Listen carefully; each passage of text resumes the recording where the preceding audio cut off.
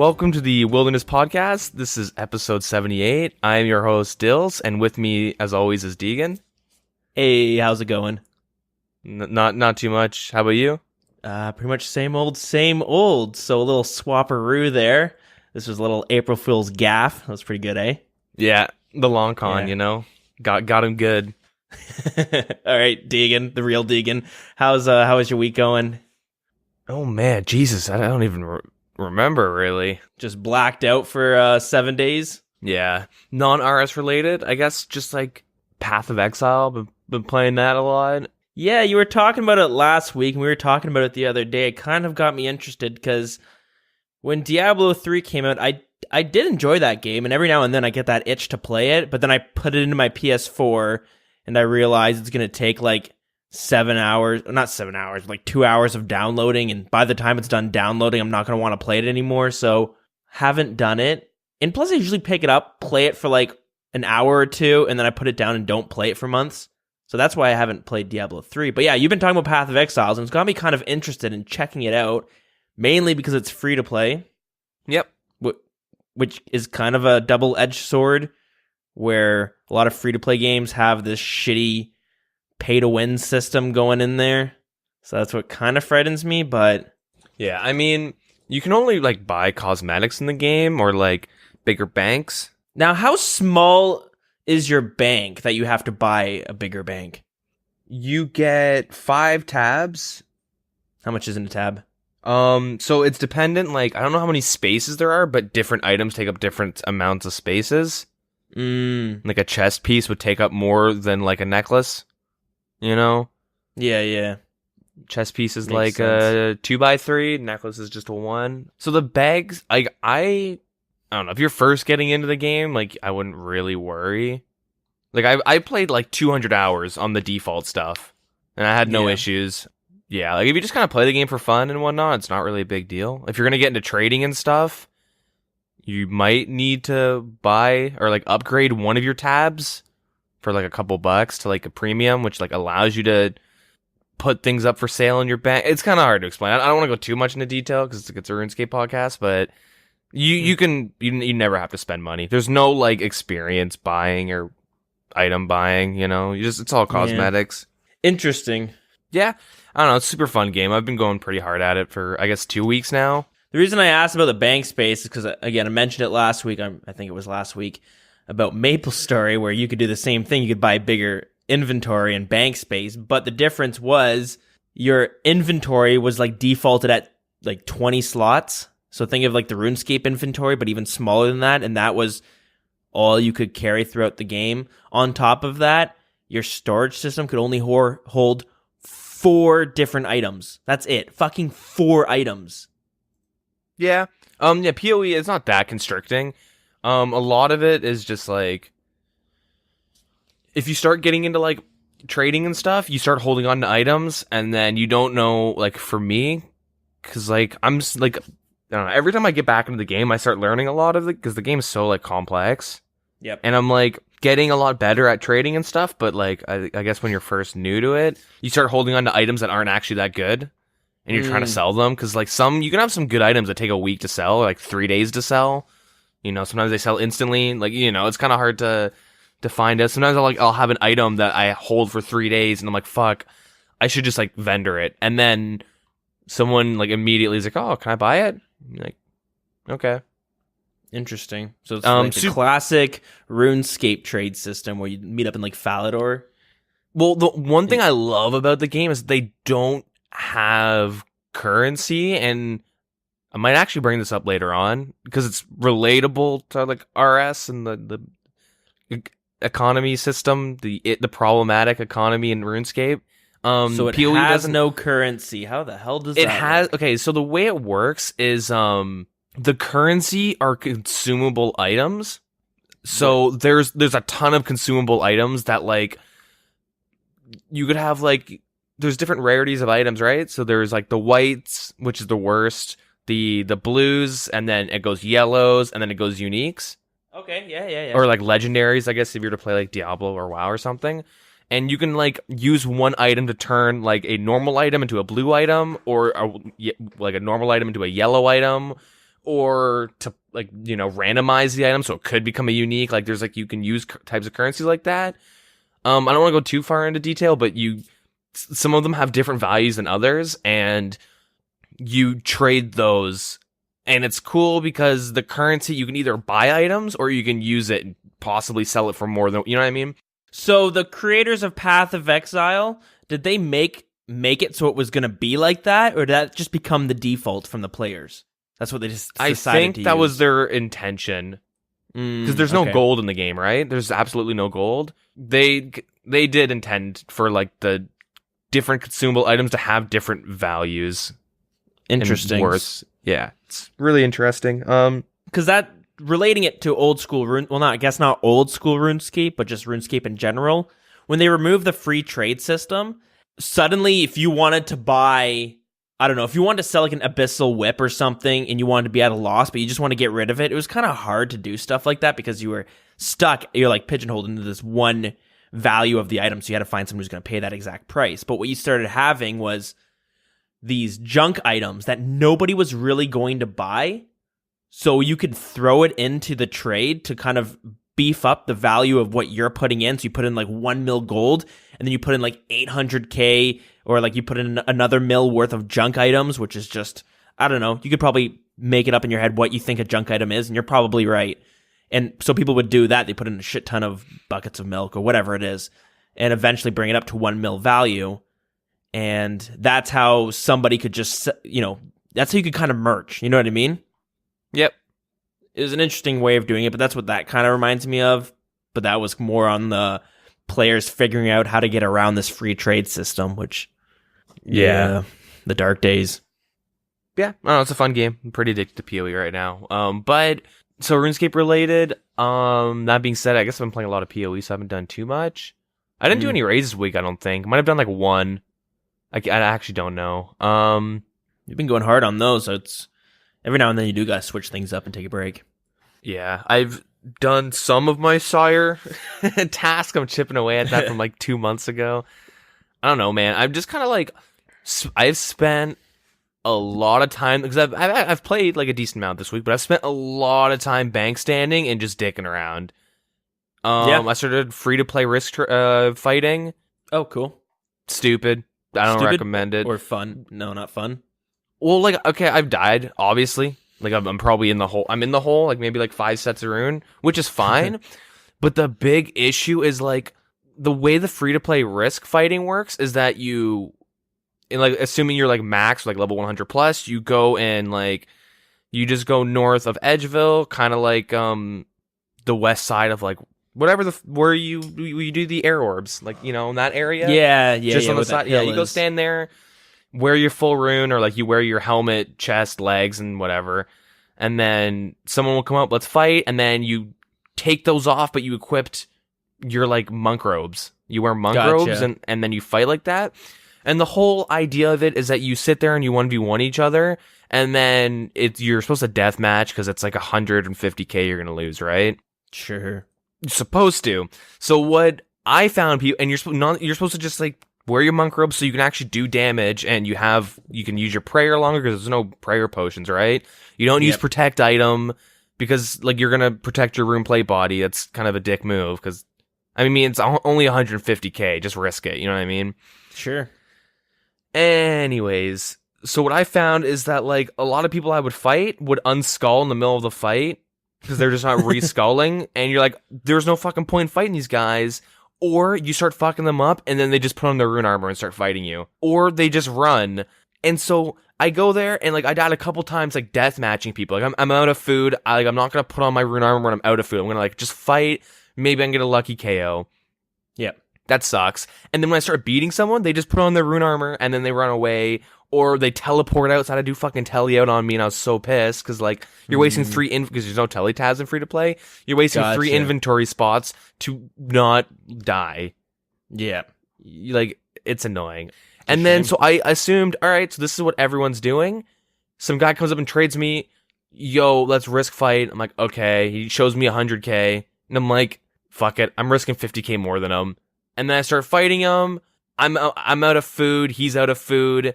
and then he just starts running away, and I'm like, oh, that's fucking stupid. So then I just like start walking away, and I see him picking up like swordfish from like the side. Some dude died at edge. He starts picking up food as I'm walking away, and then he jumps back on me, and I'm like, what the fuck? And I just walk because like he was running away. You know what I mean? Like there's a lot of just like bullshit, annoying things, and it's like it's 100. I'm here for fun.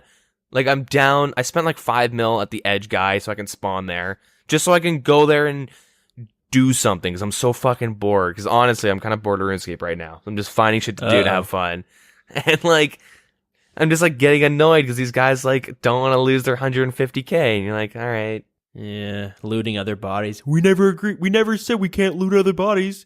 Like, let me put on a full rune. Say it's okay. I'm out of food, and I have like 3 pizzas and 2 swordfish. Yeah, like, that's fine. And then I look over and he's sitting there looting a full stack of food that some dude died, and I'm like, dude, are you fucking kidding me? Like, you never said I couldn't do this. I mean, it's fine if he's doing that, but don't fucking wear a rune. Don't protect from range and do it. I had to do that to me as well.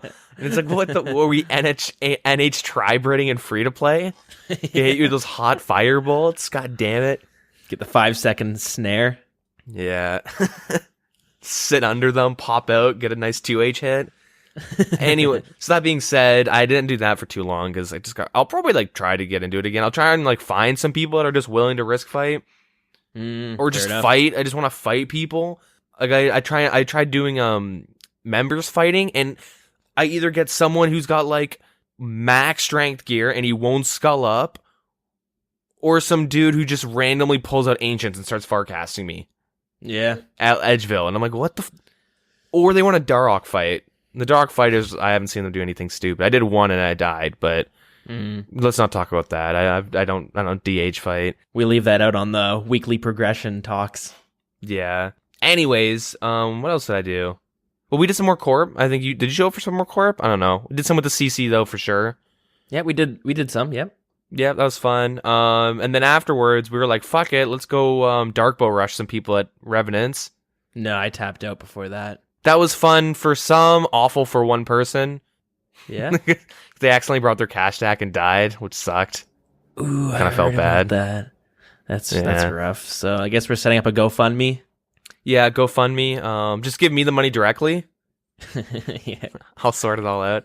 Deegan's got a system on how to get it doubled, so you don't have to pitch in as much. Yeah, I'm gonna go buy gilded armor, and then I'm gonna go risk fight it and free to play. Okay, you can't die 6 times in a row in a 1v1 in RuneScape. Yeah, it's true. And it's impossible. Did some Sarah. Me, you, and a buddy did some Sarah. That's pretty much it, though. I haven't really like done too much. I figured out a bug. There was a bug that you could do on RS a while ago, and they patched it, and I figured out how to do it again. Yeah. So I've been trolling some people doing that. I don't really want to say what it is because it is bannable. Is it really bannable? Yeah. It's considered minor bug abuse. I was looking into it last night because after like 8 people say I reported you for bug abuse, I was like, is this really bannable? And it is, so maybe next week I'll be banned. I mean, all it does is make my guy look fucked. It just makes him look weird. That's like all it does. Yeah, I saw you roll into the GE and you were just decked on some wacky armor, just looking, doing a little fucking crab walk. It looked fucking stupid, but it was hilarious. But yeah, I'm surprised. I mean, I get that some things are... There's a lot of bug abuse in the game. Some of it's just accepted. For instance, tick manipulating or prayer flicking. Prayer flicking, yep. Yeah. And then there's some which you're just like, well, I was going to say, like, well, that doesn't really affect your gameplay, but actually that stuff really does affect your gameplay. So that stuff does. What I'm doing makes my guy just look stupid. Yeah, it's just kind of funny. I can't see how, like, you couldn't go to, like, Cerberus and avoid damage. No, like it just makes my guy look weird. The only thing is you can't see my attack animation, so maybe if I'm PKing, you could consider that abusing. Like, if I'm doing that specific bug. That's true. But I haven't. I just stand at the GE and just say dumb stuff. It took me like 2.5 hours to find that out, though. Wow. I was really bored one day, and I was like on like Path of Exile, and I was just like thinking about RS for some reason, and I just like started like got down this weird train of thought. I'm like, man, I remember this being a thing. Is it possible? And I like started to do it, and then 2.5 hours later, I figured it out. Kind of stupid though. Don't really want to tell you guys what I do because it is bannable, and I don't want to get anyone banned. Yeah. Do you want to give us any teasers of what it might be? No. Okay, how about this? Jump in the CC, come to Bhooley's giveaway. When we all meet up, you'll see it. How about that? Ooh, nice. That works How about out. that? How about that? Fair enough. Anyways, on the topic of bug abuse, I don't got anything to really bring up that's new, but RuneScape's such a weird game. The way it's like the engine it's built on and stuff with this tick system, like there's so many. It's hard to, and we talked about this before when that big Cerberus bug came to surface, and a lot of people got banned for that. But it's just weird how some things you don't know what are bugs. Like, there's a lot of bugs in it, but a lot of them are just like, yeah, well, it's kind of just part of the game now. It's not really a bug. Yeah. And it's hard to tell where they draw that line, and I don't even think there is a line. They just kind of... I get that every case is a bit different, but I don't know. Well, like, RuneScape has some super weird bugs. Okay, so the whole tick manipulating and then the prey flicking is an issue, but then there's things like you can stall, and I think Bodhi did this to save his Hardcore Iron Man once, but... if you get poisoned and you don't have a prayer unlocked, so let's say you're like a Hardcore Iron Man, you're like level 50 or something, you get poisoned, you're at like 2 HP, you can click like Augury and not move, and that chat box that says you need 77 and you gotta have the Arcane Scroll to use Augury, you know, that like chat box comes up. Yeah. And I think you can do it when you open up your like attack, click on attack, and it shows like all like the weapons you can use. I think you can do that too, but you can do that and stall out the poison damage until you're unpoisoned. Huh. There's like a lot of really weird bug abuse in this game, but I mean, let's be real, you're only gonna get banned if you kill Emily. Fuck, that's digging deep into the archives. Yeah. The archived memes. It's just weird because there are a lot of games, then again, I don't know what is bannable, but I remember Call of Duty, you could figure out ways to walk to other maps in multiplayer. Yeah. Where it was a pain in the ass, but it's things like you had to you kind of get glitched into a wall and you're able to get on top of a building, and then you walk and you fall off the side of a building, and now you're on some invisible bridge. Have your buddy jump on your head and you stand up and you can push him out of the map or get him over the fence. Yeah. But I remember in Call of Duty 4 being able to walk to an entirely separate multiplayer map. It was like a kind of bugged out version of it, but then you're like, oh, that's pretty cool. Now I know you're not going to get banned for that because you're just playing local multiplayer. But then you have games like, I played World of Warcraft for a while, and there's this main city called Orgrimmar, which is basically the Horde faction's main city, I think. Yeah, I think it's the main city. But I remember me and a friend figuring out how you could basically climb up this mountain that's on the side. It's like this little hill is next to Orgrimmar, and you can get on top of it, and you're able to walk just on the sky. Or you're able to fall underneath the city and stuff like that, and you can just walk around. I remember doing that a bunch and never getting banned. But then again, I wasn't I don't know. That's the thing. I don't know how all games treat that type of stuff. But I remember spending hours being oh, this is so fun. You're kind of exploring a bit, but I don't know. Well, we'll see. If I get banned, we'll know what we can and can't do. I don't think I will. That'd be really dumb. Permanent banned instantly. How mad would you be? Kind of pissed. I'd probably just make a new account and keep doing stupid shit. But no, I only brought that up because I've been trying to figure out a bunch of other really weird bugs, and I gotta make an account to try and do one of them, a new account, because it's related to a quest and all that. Okay, do you remember Initiate's quest? Yep. Okay, so I think I might be completely wrong though, but there might be a way to smuggle out. You know when you're at that part with the fox, the chicken, and the grain? Yep. There might be a way to smuggle you can hold equip them and then be able to smuggle them out of the quest. Yeah. I want to try and see if I can figure out how to do that. I don't know. I've just been so bored that I'm just trying to find stupid things to do for fun. And I don't know. Making my guy look stupid and walk like a crab was pretty fun. So I just want to probably make an account and then see if there's any weird shit I can do with certain quests. And do that stuff. It is kind of fun because you're kind of exploring the game in some weird, some weird sense. You know what I mean? Yep. Yeah, figuring out some new things, how certain items interact with the game and whatnot. I was trying to think of some classic bugs as we've been talking, but I can't think of any right now. Besides the whole fucking how to lose all your items in your player-owned house back in the day when construction was first released, when in the boxing arena. You mean with the Fowler Massacre?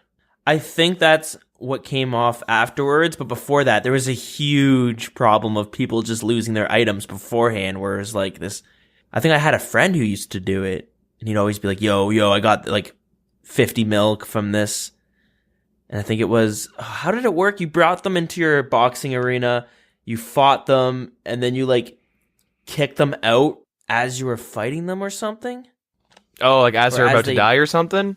Something, and then they died, and then you would just take all their items. I can't remember it exactly, but there's something on those lines. I should have done some research. Maybe I'll do some research and come back next week with it. Yeah. Bunch of shit like that, though.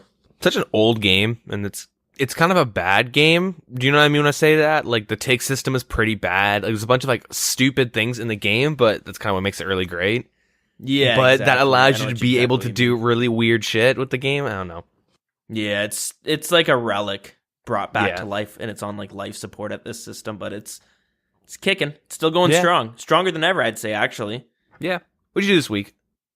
Ooh, what did I do this week? Not a whole lot, at least. It doesn't seem like it. Did a little bit of rune crafting through ZMI just because sometimes when I'm bored, and if I'm like, so I talked last week how I'm kind of been playing this Dungeons and Dragons thing, and I've kind of gotten really interested in it, so I'm constantly watching YouTube videos and reading my player handbook and Dungeon Master's guide as I'm playing RuneScape. Just, I don't know, it's a really cool thing that I'm a little obsessed with at the moment. But anyways, whenever I'm doing something where I'm like I'm like half playing RuneScape and I'm half doing something else, but I'm playing RuneScape enough that I can do something that's not really that AFK. I've been doing rune crafting just because the grind is fairly tedious because of how slow it is, but not as bad as agility in my opinion. But anyways, I've been doing the rune crafting. I'm at 70 Y right now, so I'm still slowly getting to, 77, I suppose. I think that's the goal. Besides that, what else am I doing? Plugging away on that Cerberus task. Probably got like 50 more kills to get. No uniques, nothing interesting there, but again, talked about it last week, how I'm a little demotivated to do that task. And still kind of am, but, every now and then I'll just hop on and plug away and start trying to kill it. Yeah, and then we talked about how you and I and somebody else went and did the Saradomin boss, Commander Zilliana. Yep. So that was my first time there, but that wasn't too bad. We spent a couple hours there. Nothing good. I think we lost money, but nothing too exciting. But that was, like I said, it's my first time there, so that was kind of fun to do just because it was all new to me. So quickly, I guess we'll go through what that boss consists of in case you don't know. First off, you need 70 agility to get there, or I guess you can probably boost from 65 with a Summer's Pie. And you got to get there for it. We did it in full Verax with Guthans to heal, so we did like some melee method. When you go there, you got the boss plus 3 different minions that are kind of spawn around her. It's a pretty simple fight. It's pretty basic. You basically just fight it. The 3 of you are just attack it as normally, praying magic, and every now and then she'll switch her target to somebody else, and whoever she's targeting basically just runs away, and she'll kind of half chase them, and then the other 2 just smack away, and then she'll target someone else, and then that person runs away. So that's basically it for the fight. It's pretty simple. We were able to stay there for felt like 2 hours, 3 hours almost. I don't know. 2.5 hours about. Yeah, so we got like almost 100 kills. Yeah, like in solos and duos, you range, you use your crossbow, and you just run her in circles. And trios and stuff, you just wear Verax and whack her. Yeah, I don't know. I got like one nice kill at like Bandos really early on, and I have never gotten another unique from God Wars. Interesting. Yeah, I have like collective, like, because with duos and everything, and trios, over 300 kills at Sarah, and probably like 300 at Bandos as well. Wow. I've never done Zamorak or Arma. I'll do Arma at some point. Once I get like Aviancies or something, I'll start doing Arma. But that's normally when I do Armadillo. I get the Aviancies. I go kill the Aviancies. I don't know if it's a Slayer. I don't know if you can buy from the Slayer Master or if it's from a diary, but the Aviancies drop noted bars, Addy bars. Mm-hmm. So it's kind of nice. I just kill about 40 of them, grab them, go in there, kill 2 or 3 of the boss, teleport out, jump back in, kill some of the Aviancies, get 40 kill count, jump back in. I kind of do that until my task is done, and that one's a pretty simple one. But for the Saradomin boss, you're basically going... So she has a few uniques. She has like the Saradomin sword. She's like 700k, so it's not that... It's not that great. But then she has the Saradomin God Sword, which sells for what, 40 mil? Yeah, 40 to 44 mil. 44 mil.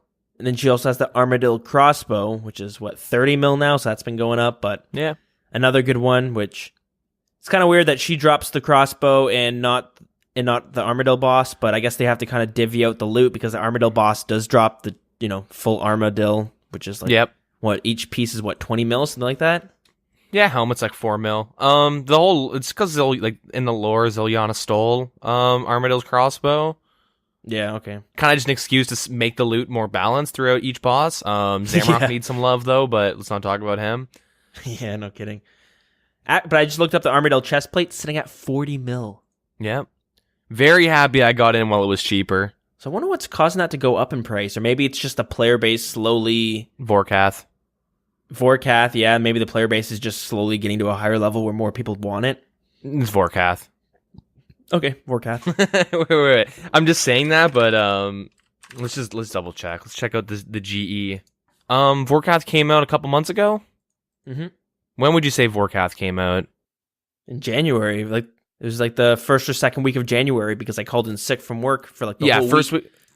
First week of January. January 1st, it was 36 mil. On the 7th, so I guess when Dragon Slayer 2 came out, it went up to 37. Yeah, it was at 37 mil. 5 days later, drops down to 32 because I guess Vorkath, wasn't that lucrative at the time. And then, right around when Dragon Hunter Crossbow got buffed, it went from 32 mil to 40.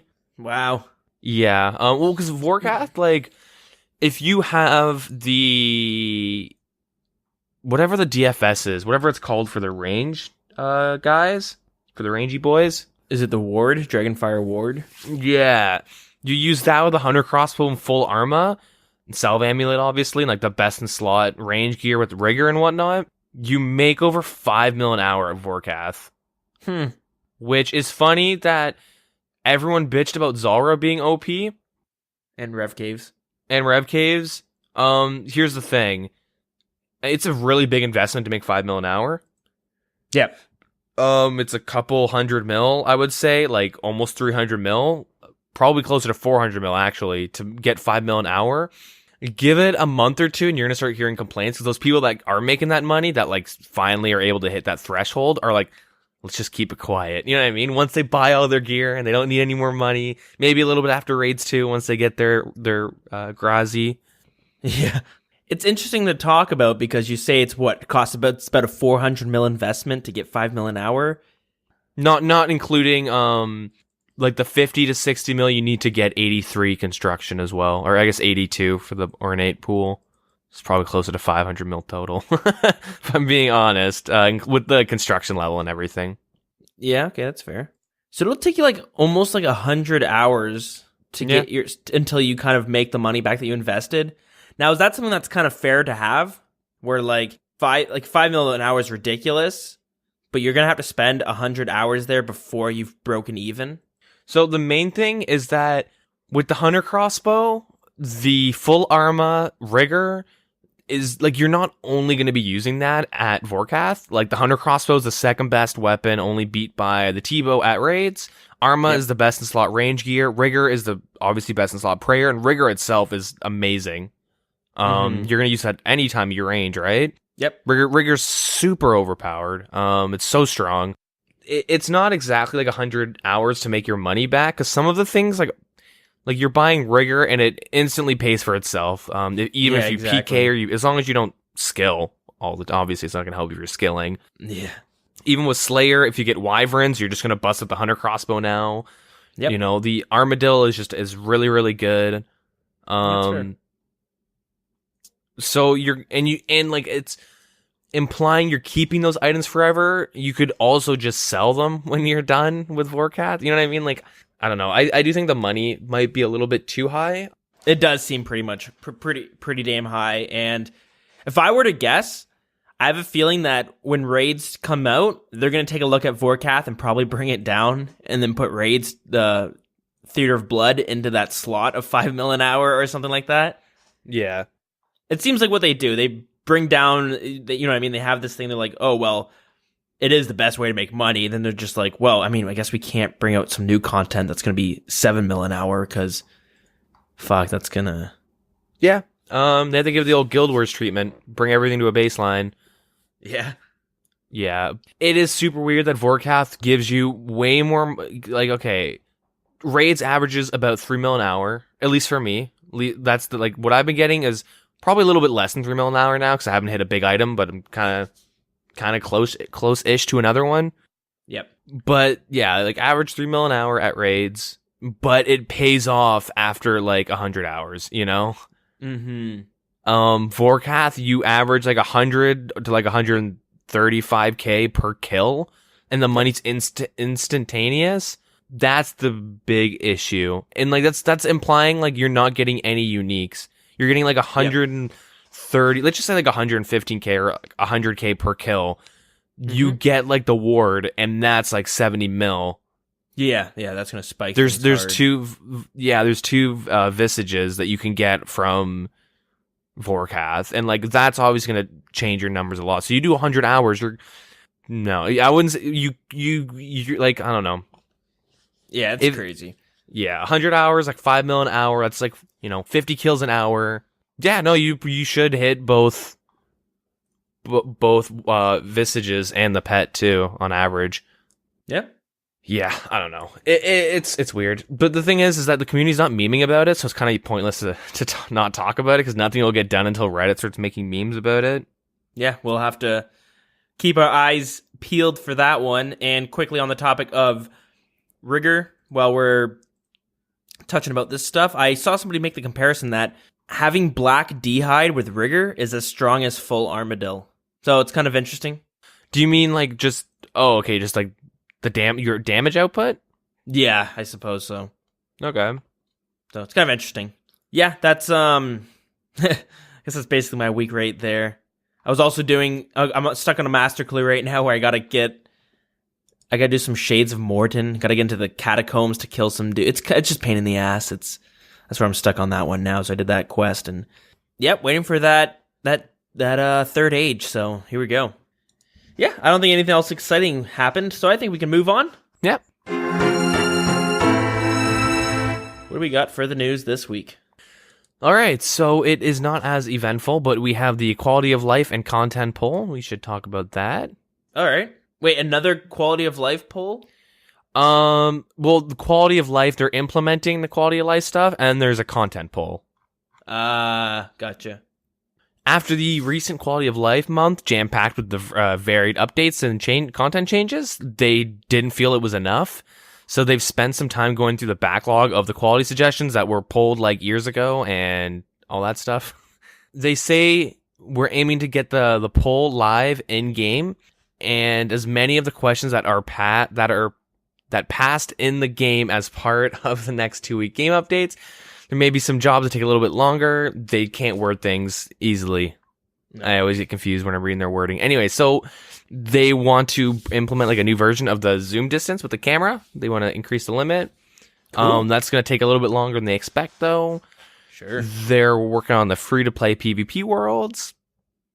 And the looting bag being destroyed while in the wilderness. We talked about that before, but preventing, like, if you were to break or destroy your looting bag in the wilderness, your items would just drop on the ground. That'll be coming on Thursday, April 5th. So next week's update. Cool. They want to do some graphic changes with the Slayer helm. Okay. They have like a new standard look. They show us like the difference between the standard and the imbued. One's like more of like a bluish. The imbued has more of a bluish tint, I guess, to like the gray parts. Yeah. And they want to adjust like just the colorings of some things. So, and these are pulled, by the way.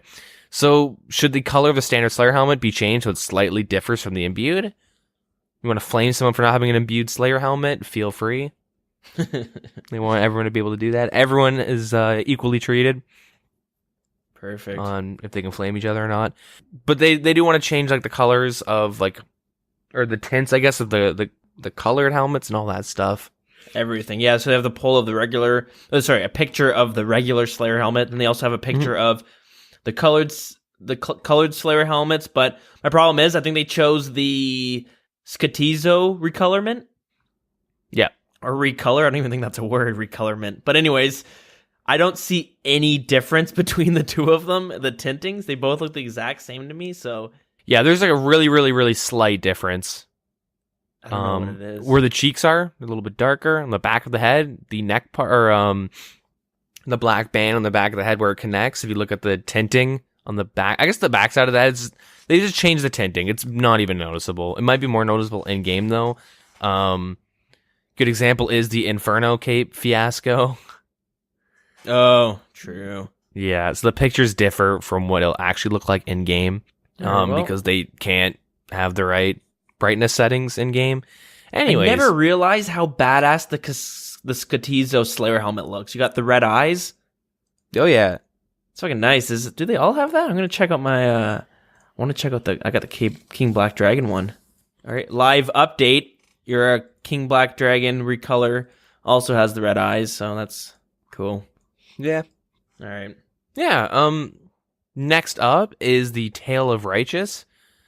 So it'll be like a Shazian based quest for the Karen. Free 10% favor if you do it. You get a quest point, and you get a teleport page, the Shazian teleport page if you do this quest. If you were like, this is being pulled, by the way, but yeah. So like you'll need to have Clan of the Karen done, 16 strength, 10 mining, and 20% Shazian favor to do this quest. Not bad. The little snippet of lore they give you, I suppose, is over 1,000 years ago, King Shazion VII ordered an expedition to Mount Quid Mortem. The expedition never returned, and it was assumed that all members perished in the field. However, a recent discovery suggests that this may not have been the case. Phileas Rimor is the descendant of the expedition leader and is desperate to discover the truth. Join him and delve into the conspiracy of 1,000 years in the making in Tale of the Righteousness. Well, just righteous. Oh. There's no Ness. Yeah. Fuck's sakes. No PK fires in here. I really hope you have to kill Olm. Think so? For I hope. 8,000 coins? Yeah. Well, everyone knows you need 16 strength and 10 mining to kill Olm. Yeah, fair enough. It does seem like they are bringing a quest to each of the Zaya houses, which I'm all for. That quest was very barren of quests beforehand, and yeah, it felt like it needed a bunch, so this is pretty cool. Like 4 years too late, but better late than never, right? Hey, they're still on their second phase of the Zaya. It's going to take them another 5 years to get the third one out. They're on part 2 of their 3-phase plan, but they're on part 2 of phase 2. Yeah. Adding quests. Mm-hmm. Anyways, so there's a bunch of poll questions. I'll just start firing them off. Shit. Should the requirement to enter the volcanic mine be changed to 150 kudos and completion of the museum camp mini task, requiring you to build the camp rather than get the 180 kudos? Sounds good. Maybe it'll bring more people doing that little mini game. Yeah. Should the glider at Felda Pills have a left-click option to travel? I don't see why not if all the other ones have them. Yeah. Should it be possible to store Pennant's armor in the POH costume room? You would be able to store each individual hat, like once the fighter torso, skirt, and gloves and the runner boots have been deposited. Only if Ultimate Iron Man can't use this. Yeah. Speaking of, you gotta remind me about this Ultimate Iron Man discussion because I have to bring something up after these updates. All right, I'll set a little note. So this would actually allow Ultimate Iron Man to get their torso and their fighter helmet. Those are like the only real useful things that you would want to get. Fighter helmet is because it's the best in slot helmet for most bosses because it gives you +5 attack accuracy in like attack slash or slash stab and crush. Nice. So it's a really good general use if you're like not on task killing Bandos or something. Super, super nice. Dwarven helmet does have a higher crush. It's a +6 instead of a +5. So if you're like Dragon Warhammering things, use the Dwarven helmet. Or killing something like, I was going to say Cerberus, but you're always on Slayer task for that one. Yeah. Killing that one motherfucker in the wilderness. Yeah. Yeah, next question anyways. Should it be possible to continue gaining favor in various houses of Quran without losing favor of those you have not already locked 100% in?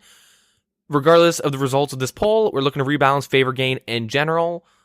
So does this mean you have to hit 100 and then you're good? Or do you have to hit 100 and then start the alliance quest? Because I don't think you should be able to get 30 in one, 10 in another, then 10 in this one, then 15 in that. You know what I mean?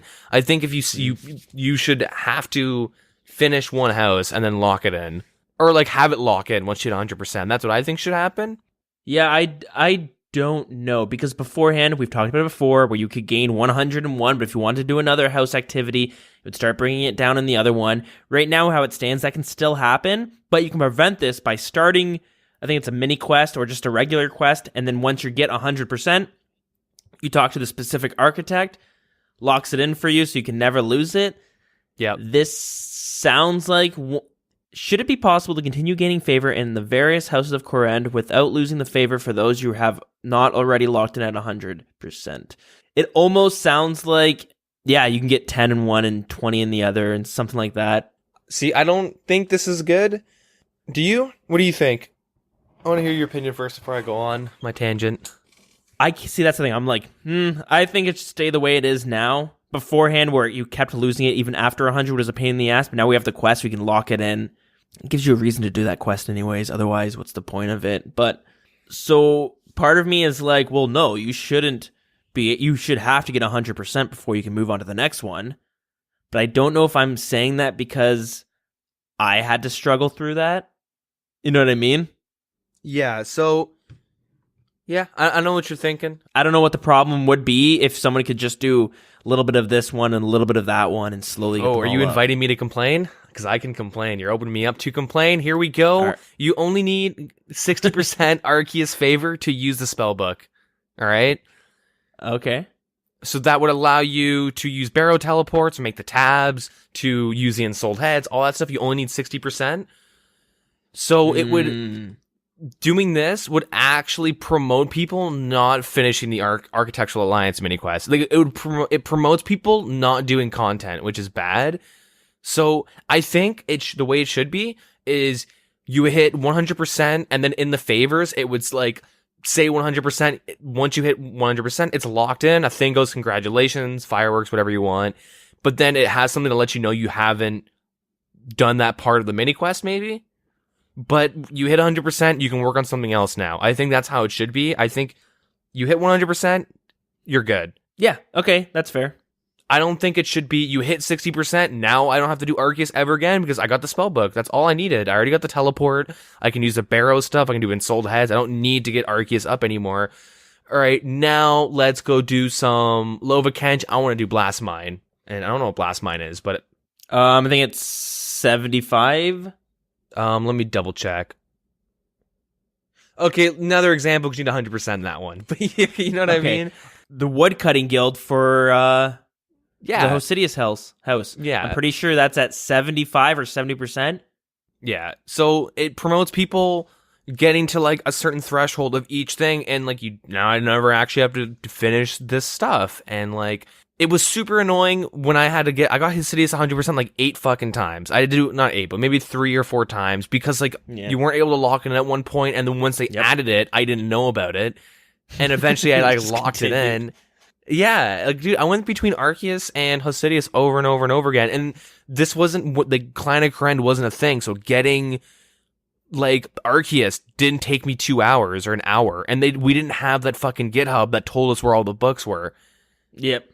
And I had to go to click on every fucking bookshelf, and that would take me like 4 hours plus easy to get it done. Like when I did it my last time, it took me less than an hour. Arceus was super fast. I'm not saying everyone should go through that, but I'm saying everyone should get 100% if you're actually going to use something, and like use something now and in the future.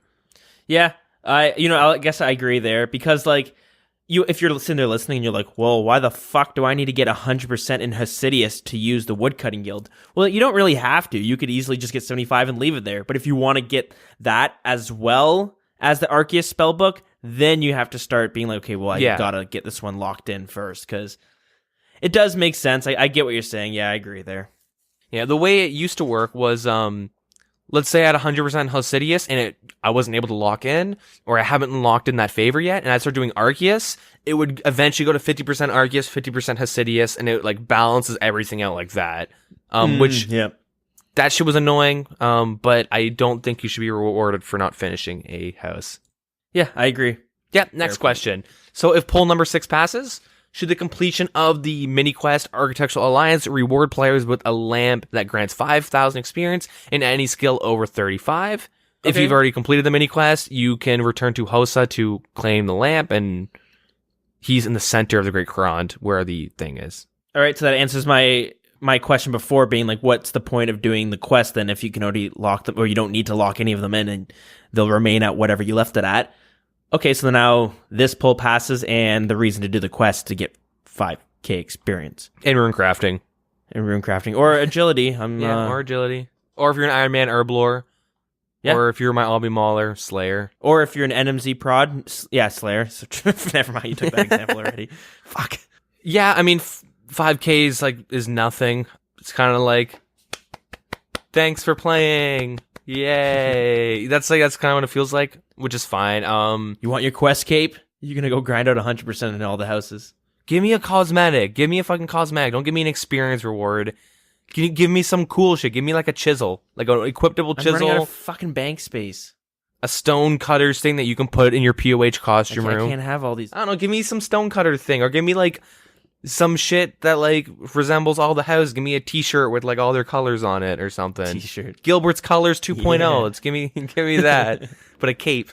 I don't know. I honestly Gay would Pride prefer event kind of roll around. We can get that for that event.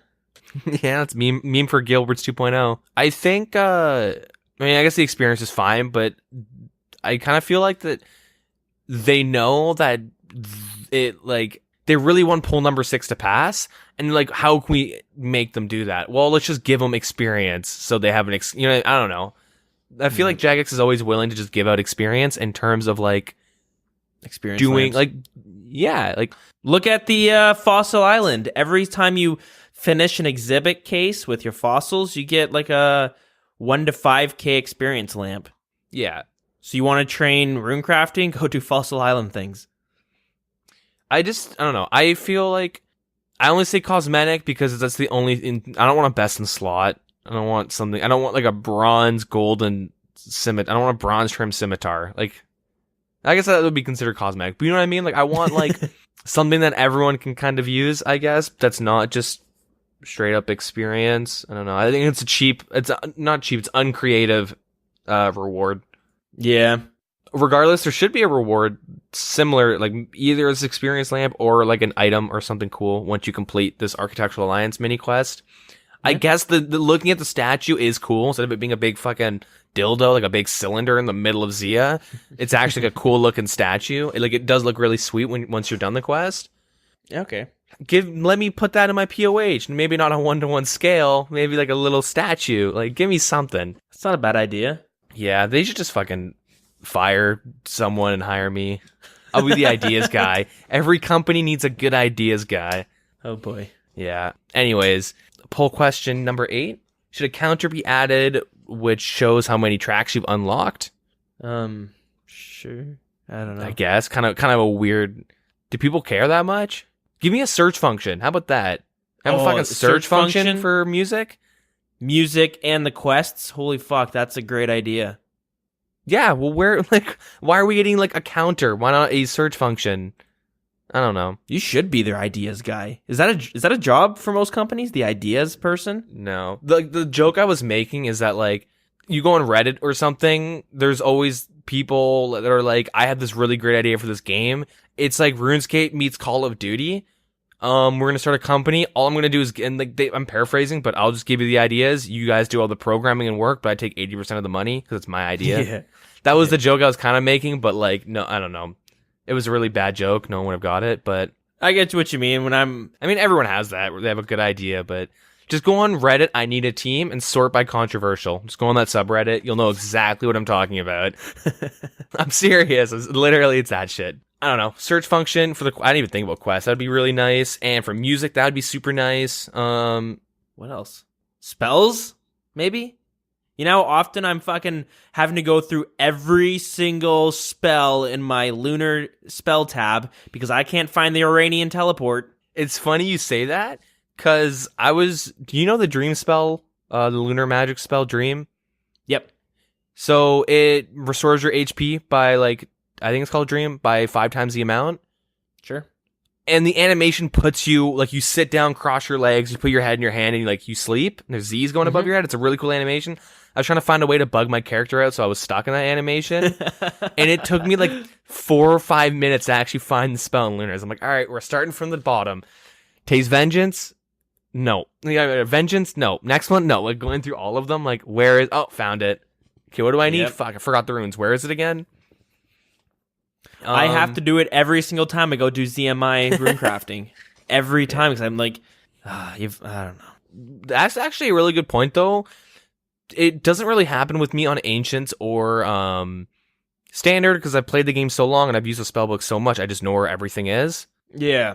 Or it's like, where's Fire Blast? I just like, okay, I can't be like, it's 5th one down, 3rd one over. Like, I don't know the actual, like, no, you where go to it is, Earth like, blast, which number. water But, blast. yeah. You know what I mean? But if you're a new player and you open up these spell books, you know, maybe sort by water or, like, sort by the rune. I don't know. It'd be cool to have some They sort of used to system. have that. Well, they had these tabs. You click them, and it'd be like damage spells only, and it would only show your damage spells. And you could do like teleports only, or I don't know, one that would show like your alking and your superheat. You know what I mean? Like the skill related spells. I don't know, but they have that in RuneScape 3 or back when it was like RuneScape 2.5. Yeah, I don't know. Maybe we'll pitch some questions to Jagex. You know.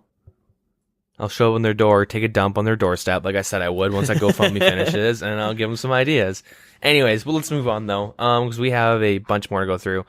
The next poll question: should a basket be added next to the hot air balloon system, where you can hold up to 100 of each log required? These logs would automatically be used when using the hot air balloon, and they can be stored in noted form, and there would be no way to retrieve the logs once you have deposited them. Perfect. Maybe I'll actually use that transportation system. I've only ever used them for diaries and quests, like to unlock them. I've never gone back, but maybe you're an Ultimate Iron Man, maybe you're an Iron Man, maybe you just don't have the magic level to teleport around, or it would unlock like, oh, let's go here. Let's say you're in Dead Man mode and you need to take a hot air balloon that you've already unlocked the path for because you think ahead. You know, I think it would kind of be cool, like. Why does Deacon have 100 U logs noted in his bag, or like 28? Oh man, he's a genius. Let's hire him at Jagex. Yep, and like there's some places that the hot air balloons can bring you that other places can't really bring you.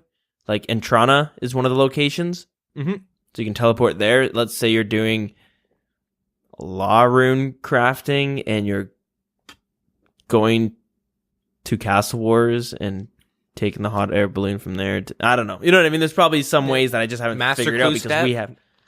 Yeah. But we have like 200 million different teleports that sometimes I just forget which ones are optimal and I just go to the ones that I know. All right. Question. Hot air balloon to Zia. Should they do that? Not the worst idea. That's not bad. If you don't have the Karen teleport unlocked to teleport right to the statue, do you know how awful it is to fucking run to Zia? Yeah, like, unless you have the Xerix, if you don't know, but like, if you're new to Zia, like you're going there for the first couple times, the fastest way to go there is to teleport to Pest Control, take the boat onto the mainland, and then run to Vios and teleport through him, and then you have to run all the way through. Like, what if you have to want to go to Shazian area, right? There's a big open like forest in Zia. They should add maybe like, you know where the goblins are, just west northwest of Port Sarim. There's like a group of goblins and rats. Like, add like a hot air balloon there maybe that takes you to like the woods in Zia. Give like a different alternative teleport method, because like as of right now, if you go there and you don't have any methods, it's like, I don't want to go to Zia. That's a 10-minute run with like, I gotta bring 4 staminas to get there. Hey, am I graceful? Like, I don't know. But you do get the Xerix amulet that allows you to teleport to like 4 different spots, but even still, it's just 4, and Zaya's a huge spot. Like, it's a huge But continent. what I'm saying though, but that requires you to go. You have to know to like, hey, I'm gonna go to yeah. Zia and run to the Shazians. Like if you're a newer player or like you're someone who is like a skiller or something, like you know what I mean? Yeah, I gotcha. How you gonna unlock that in the beginning? I don't know. I think it would be kind of cool to have that. Honestly, back to the actual question, it would be nice to have like an ability to like store noted logs or just logs in these baskets. But you can't take them out. Yeah, exactly. That's what's nice. I could see them be like, well, why don't we just do 280 or something? I don't know. But I think like it would be cool because like I want to see like someone use a hot air balloon escape at like on like Deadman mode or something, right? Yeah, exactly. It could get some nice Twitch clips going, which is good for advertising. Anyways, should the teleport to Otto's Grotto be added to the fishing skill cape? So I'm gonna be honest, I don't know what the fishing cape does. Let me look this up. You just get teleports to the fishing guild for an unlimited number of times. Cool. I got a portal at my house. Oh, okay. It brings you it brings you right inside instead of like just outside of the house or outside of the house with the cooking range. This gets you like right in the meaty part of the guild. Cool. So I don't really know because Otto's Grotto is like the barbarian fishing anvil, like all that barbarian extra stuff near backstory and falls. Yep. I don't know what the teleport would be super nice. Maybe if you like to do corp and you're swapping between your Hasta and your spear a lot, Or you're killing mithril dragons. yeah, Or your mini games teleport is on cooldown and you want to go do barbarian assault. yeah. I mean, there is a games necklace. Yeah. Maybe it's for post 99 skillers. I don't know. So that means it's a little bit too convenient for those competitive skillers. So that's going to be a big vote on the no. Oh boy. I guess so. Like, I don't really know what it adds. Now it's just weird that the fishing skill cape has 2 teleports. Now they start adding 2 to a bunch of other skilling capes. It's a slippery fucking slope. That's what I'm saying. I'm just wondering why this is a question. Yeah. I'm not informed enough to know like what the actual use is. Besides, like, you might as well use a games necklace. I guess it prevents, like, it saves you some time. I don't know, whatever. Doesn't matter. It could easily just be that people are like, the fishing cape is kind of shitty. Like the teleport, sure, you can teleport right into the thick of things, but I can go to my player-owned house and teleport right outside the door, and it takes me 5 seconds to walk in and get into the thick of things, right into the middle of it.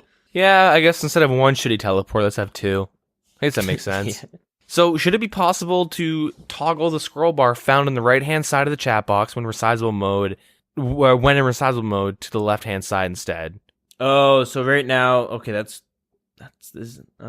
Whatever. I don't know what this is gonna do. Do you accidentally click on the right side of your chat and start scrolling by accident when you're trying to drag items? Like, I don't. Well, see, mine, I have it transparent, so I can click through my chat, right? Yeah. Okay. Maybe somebody has it, so it's it's like the old school way where it's like filled in. Maybe that will cause it. I've never had the problem. That's what I've always used. I don't know. I don't know what these questions like. Jagex, you need a new ideas guy. I'm just gonna keep running that joke in the ground. God damn. Should the experience from the long and curved bones be increased to 3 times the current amount? Did you see the guy on the subreddit that like traded in a fuck ton of long and curved bones and got like 1 million experience or some shit? Really? Now this this happened like last week. Yeah, I should try and find you the picture. It's super nice. He saved him up for over 5 years. Well, I guess since release. He had never used one. He said, fuck it. Got his last like 1 mil experience in construction through long and curved bones. And now they want to triple. How much does a long bone give you? Do you know? I think, is it 1,000 and the curved bone's 10,000? I honestly don't know. I'm going to look it up right now. 1.5 thousand experience. And you need 30 curve? construction for the long bone. And the curved bone is okay, wow, I was way off on these. So it's 1.5 thousand for the long and 2.25. So 2,250 construction for the curved bones. I have 31 long bones and 1 curved bone. Nice. I used a bunch to get from 30 to 50 at one point. I've saved them because I haven't. I don't know. I don't know. Thank God, though, right? So you're voting yes, I'm Yeah. assuming? Get that juicy experience drop? Or if we're moving on to the next part, You mean in the future? yeah, in the future, we'd Yeah. like to offer you a way to turn in your long bone and curved bones to an NPC who would give you the bone saw in return. The bone saw is an equipable saw that can be used for construction. If you like the sound of this idea, we welcome any future suggestions as to the bone saw's use or the perks it would offer. But what about the crystal saw? Have you ever heard of the make plank spell? Have you ever used it with sound on? Oh, I know the sound. I haven't used it personally, but yep. If you guys are bored, go to Lunars, get some logs, and do the turn log into plank spell, and just do that a bunch for an inventory with your sound effects on. It's the fucking most annoying sound. So that being said, can I have it every time I auto attack someone with this bone saw? It makes that sound. Can I saw someone? That's Use not my bad. special attack. I cut into them, make them bleed. I don't know. Could we make like a little puppet in like a wheelchair or whatever? Those mannequin things, the white, from Saw. Could we make one of those with the saw? I don't know. Why? What? Even listen to yourself? This is Yeah, maybe ridiculous. my ideas are pretty bad. Your credibility for being an ideas man is going out the window at this point. Yeah, this is pretty bad. It's all right. We'll edit this out, right? Anyways. Yeah, we'll just cut her out. I don't know what other ideas you could do for the bone saw, but the only thing is, I use a crystal. Well, I mean, I guess if you're just straight up training your construction, Yeah. you're not using a crystal saw. So I can see the point of this here. Is this gonna bring in things like the equipable spade? How about that those- being able to make like a skeleton? Like a cosmetic skeleton in your POH. Like those in the science classrooms? Oh, with the long bones? Yeah. Yeah, you could do that. I mean, it'd be guess. weird as hell, but you'd use those with other bones maybe to make like a skeleton. I don't fucking know. I wonder what perks it would be. It would have to be better than the crystal saw for people to actually use it though, because equipping this. Unless you're just straight up training it to save an inventory slot, which most of I think when If I was you're making oak doors, it took like 11 or it took a shit ton of planks. Okay, yeah, because I So did this- tables. Yeah. And I had like with my money, my teleport. I brought something extra, so I'd keep an even amount where I could withdraw like 20 or whatever, 24 planks at a time. So me equipping the saw would have made it a little bit more tricky. They'd have I guess you're right with the oak doors, maybe? I don't know, but they'd have to. There might make be it- some items that having this saw will allow you to build one more per trip. Yeah, there's probably that one item, but I'm thinking it's used for like the most common training methods. Maybe it would open up a new training method, but I know oak doors and then mahogany tables and stuff are like the most popular. Yeah. Yeah, I don't know. I feel like it will have to be better than the crystal saw. But like the crystal saw's use is to you boost with it. So it would have to be like maybe you can save planks while using it, or like something a little overpowered for it to be put in the game. I don't really know what good ideas would kind of fit with it. Yeah. I don't know. Let's move on to the next question, though. Should the hourglass, the pyramid plunder, be removed? The existing bar would remain as an indicator of how long you have left.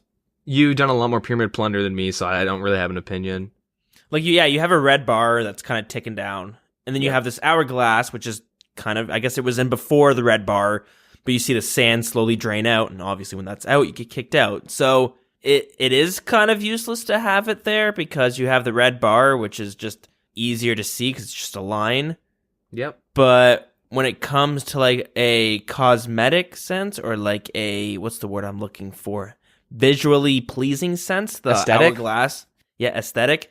The hourglass is obviously more pleasing to look at than a red bar going across the screen. You know what I'm saying? Yep.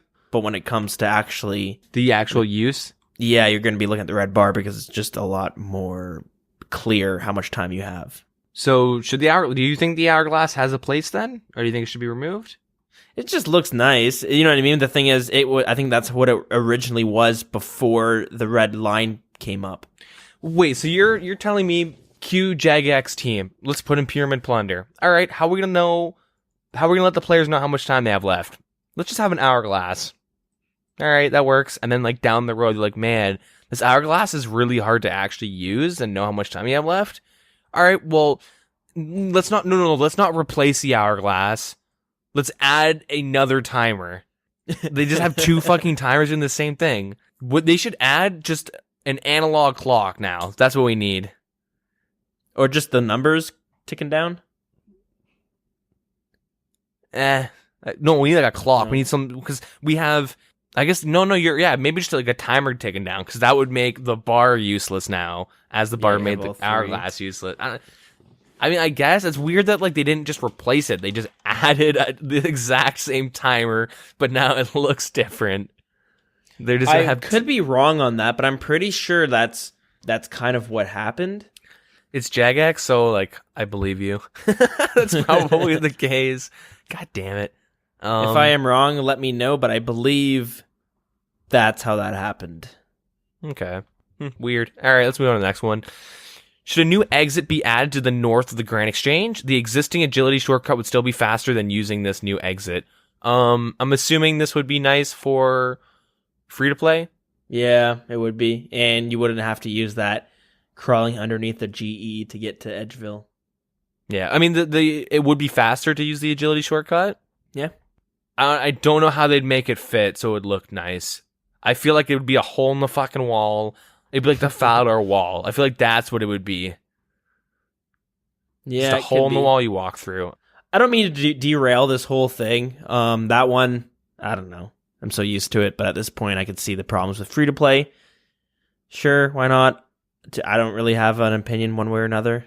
I mean, it's annoying, but it's part of free to play. Isn't that like one of the like, ooh, let me use? Oh, when I'm a member, I can use the ditch. There's not the ditch, but the hole you climb, the tunnel. I don't know. Yeah, I'm not sure how much that swayed people. I mean, it'll pass because it's a convenience thing, right? It's probably gonna pass because it's a random ass convenience thing. But I think it's a little silly to put time into. I don't know. Adding an open hole in a wall in the auction house of RuneScape. I mean, at the same time, it does make sense for them to do it. I guess it's kind of weird they never did it to begin with. But not to derail this conversation, but it got me thinking about the GE. And I thought about this earlier this week, and I thought it was weird. If you look at Varrock, they literally just kind of slapped it in right above the bank and beside where the castle is, because I guess that's like a spot they had open. Yeah, but it in like a city planner sense, it doesn't make make too much sense. You wouldn't. Who the fuck puts the main market spot off to the side of the outside city? Of the town? Yeah, outside of the town near a village full of barbarians. Yeah, it got me thinking. Dumb. Like, I'm surprised that when they first brought this in, I know this would take more work, so it's obviously easier to do this, but still, sometimes you just kind of do these things because it's a video game where people pay money and you want it. Whatever. Anyways, point being, I'm surprised they didn't rework the whole city. Like, maybe put it in on the other side of the Varrock Palace, and this way the wall, and you just kind of move everything back a bit. You know what I mean? Yeah. If they're going to be realistic, they would have just destroyed the Varrock slums and put that there. That's an interesting idea. Yeah, they should have done that. But that was 11 years ago. A little bit late on that. Yeah, no, you're right, though. It is a kind of a weird place to slap the economic engine of the world outside of a major city near Barbarian Village. Or you just kind of like move everything out of the middle where Varrock Square is, and you slap that's the new Varrock Square. Because, you know, they already demolished our old beloved fountain, so who the fuck gives a shit about that one anymore, right? Are you proposing a change to move the Grand Exchange? I guess I am. The memes come to life. It is. I never actually thought about how weird of a place it is, but it does fit, right? It's near the wilderness. It's near Varrock. It's like near where you like trade and stuff, right? Where you used to trade, Varrock West. Yeah. Yeah, sort of. I don't know. But honestly, they probably went, this is big enough. Big open. Yeah, whatever. We'll fuck some trees up. Just slap it there. Should we put it in Falador? Well, we'll have to move around some roads. So everyone knows it's good to have it next to a bank. Let's put it close to a bank. Varrock? Yeah, okay. Why don't we do Lumbridge? It's too close to where you die, I guess. Let's Oh, hey, I found an open spot in Varrock. There's nothing really there. Do the measurements. Okay, that's fine. Start coloring it down there with MS Paint. And they're done. Yeah, we'll go on to the next one, though. Should it be possible to right-click commune with all Ava's devices whilst they're equipped, rather than having to do it while they're in your inventory? So what, you have one equipped, you click the commune thing, and it does it for every single one of them? No. Like, so if you want to commune your Ava's simulator, accumulator, or like the device, you have to have it in your inventory. You right-click. There's no right-click on when it's on your back. Oh. You have to unequip it and do that. I feel like they really, because there's 20 poll questions, we only have a couple more to go through, but I feel like they really had to hit 20, and like, you're gonna, like, the average person communes like 3 times, maybe twice. Yeah. Like, you use it because you're like, man, I'm down for these free steel arrows. Yeah. Fuck yeah. And then you're like, okay, this is getting a bit annoying. I'm gonna stop it, and you just unequipped it and stop it. I don't think there's many people that, like, during specific tasks, they're communing it on and off. Like, I think most people just set it to something and they just leave it there for, like, extended amounts of time. Like, weeks, if not longer. Yeah, I guess so. I mean, I could kind of see it where there are times where I have, like, one spot in my inventory and I have the commune on because, you know, you got to get those mithril arrows, but then you have like an unholy blessing or something in your arrow slot, so then boom, you can't just, you know, it's taking up an inventory slot when you're like, well, fuck, I need that inventory slot to do whatever it is I'm doing to juggle this food. So then you want to commune it off. But then when you're out wood cutting and just traveling, you always have your bag on because you're collecting those mithril arrows because they sell for like 30 GP each. So you want to get like, you know, you get 10, that's boom, 300 GP there. Yeah, double that. It's close to like the Vorkath money making methods. Yeah, but like, I don't know. Sure. I mean, if they pulled this thinking, people say, yeah, fuck it. Like, a lot of these are. I feel like it's assuming. like it's like a form of brainwashing to get used to everyone just yes, I vote yes, I vote yes. Kind of like they're just putting stupid shit in there. Like, fuck it, okay, I'll vote yes for this. Slowly being like, do you guys want summoning back? You want dungeoneering back? Hey, remember just sailing? Slip that in between. Yeah. Like, oh shit, I can't undo my vote. Yeah, the Ava's device one is question 15, so it's just like question 16. If 15 passes, should we introduce summoning along with it? Wait, what the hell do those two things have in common? Yeah. Poll question 17. Should we make the yes button on polls take up 3 times the amount of space as no? So you have to fucking click it pretty much. I don't know. I mean, I guess you might as well. I think it's kind of a waste of time, but maybe they think it's worth it. Should the art down cloaks 2, 3, and 4 be changed so their teleport locations show and right-clicking them in your inventory? Sure. Yeah. Sure. I guess. Honestly, I didn't know that was a thing. I've always just equipped it. I've gotten in the habit of equipping things and then using their right-click options because of like the glory and I don't know. It's weird that they didn't. Whatever. I won't complain. Should the Mortania legs 4 be changed so the teleports to the Ectofungus Pit and the Berg Durat show when right-click them in your inventory? Well, sure. Yeah. Should the Varrock teleport portal and the POH be changed so that you can select either Varrock or Grand Exchange after completing the Varrock Medium Diary? Yeah. You can do this. So the way it works now is like with the spell book or the portal or the teletabs, because I do this all the time, I have it defaulted to the GE because that's, you know, it's the most useful part of teleporting to Varrock. But sometimes, even though you're not really teleporting to Varrock at this point, it's like in the middle between Edgeville and Varrock. I think we've established that. But anyways, sometimes I need to teleport to get my Zaf staff, and I need to actually go into the city of Varrock, so I have to right-click it, configure, and then a thing comes up and says, would you like to change it to Varrock? And you go, yes, change it to Varrock. Boom, now it's changed to Varrock. And then I click on the teleport. Teleport to Varrock, right-click it again, configure. Would you like to change it to the Grand Exchange? Yes, I'd like to change it to the Grand Exchange. Boom, and then, so you know what I mean? You have to go through like a little menu each time. Okay, so they want to have like a right-click option where you can choose Varrock or GE? Yeah, without having to configure. Yeah, that's pretty nice. I would like that. I mean, I've never really been like, ugh, now I gotta conveniently teleport next to Zaf staff. Oh, now I can conveniently teleport to the Grand Exchange. I've always just been like, that's nice, you know. Click yes, just Right click and we're done. Well, I do it every time. I try to buy Zaf staffs every day, so I right click. I bring 2 tele tabs, one that brings me to the staffs, and one that brings me to the GE instantly, and then I just sell them. Yeah. Yeah, I guess that'd be pretty nice then. Same question with the Camelot teleport and Sears Village. Sure. Yeah. That one, not so much, but I can see it, I guess. Yeah. I pretty much have always been at Sears Village. I don't know. I don't really change it around too much. I will use the Camelot when it comes to doing my farm Farming? patches Yeah. or using that boat that's just south of it. Mm-hmm. So I mean, if they're gonna do it with the Varrock, I guess it's fair to pull it with the Camelot. Yeah.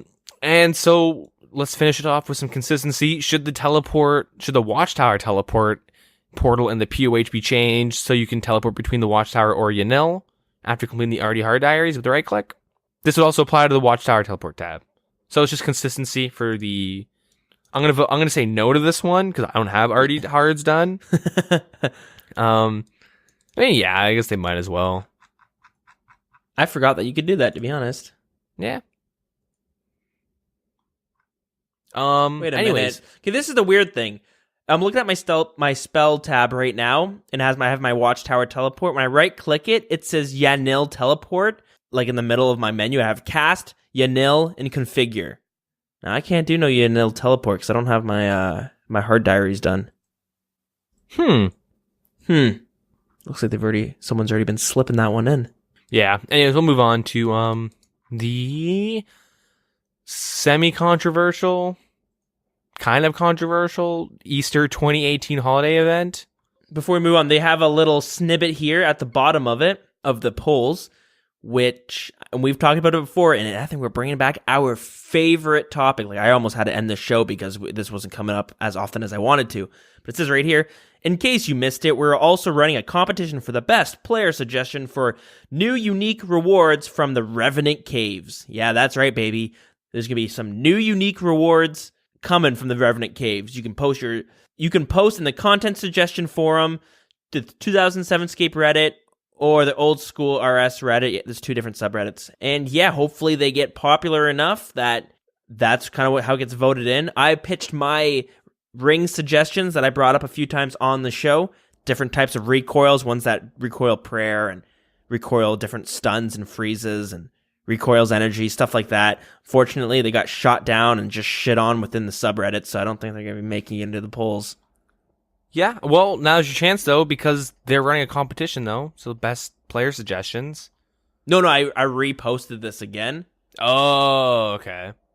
I could bring this back to why I hate the Reddit subreddits and how they work. It's great how they work, but when it comes to shit like this, it's not really great, because I've posted these both onto the subreddits just as their own posts when I first thought of them. Got some decent response. A lot of people like them, and they, got a few upvotes and stuff like that. Not enough traction to make it front page worthy. So I don't think any JMods saw it, but then I posted it into these specific threads where it's talking about this competition, and people weren't happy with them and kind of downvoted them, and that was about it. So what I don't like about it is depending on who sees it at what time, whether or not it'll just get hidden from everybody, or it'll be made more public, right? Yep. I did nothing to alter these posts, but it's interesting to see how you post it one time and a lot of people like it. Post it another time and a lot of people don't like it. Well, now it's a competition to who gets a RuneScape snapback, right? They're just going to vote no to everyone that's not theirs. They're going to post it in their clans, hey, wild boys, come upvote me and downvote everyone else. And then everyone does that, and it's like, wow, Dill's got a new old school snapback, which that's actually one of the things you can win. Oh, holy shit, it is too. There's an old school RuneScape snapback amongst some other fantastic old school RuneScape themed goodies up for grabs. Yeah. Okay. Some old school RuneScape vape juice. Oh, fuck yeah. This tastes like sweat. Sweat, Cheetos. Hot Pockets. Mouse keys. Anyways. It's the Artie Knight's butt. It smells like hands. Everyone's been pickpocketing them.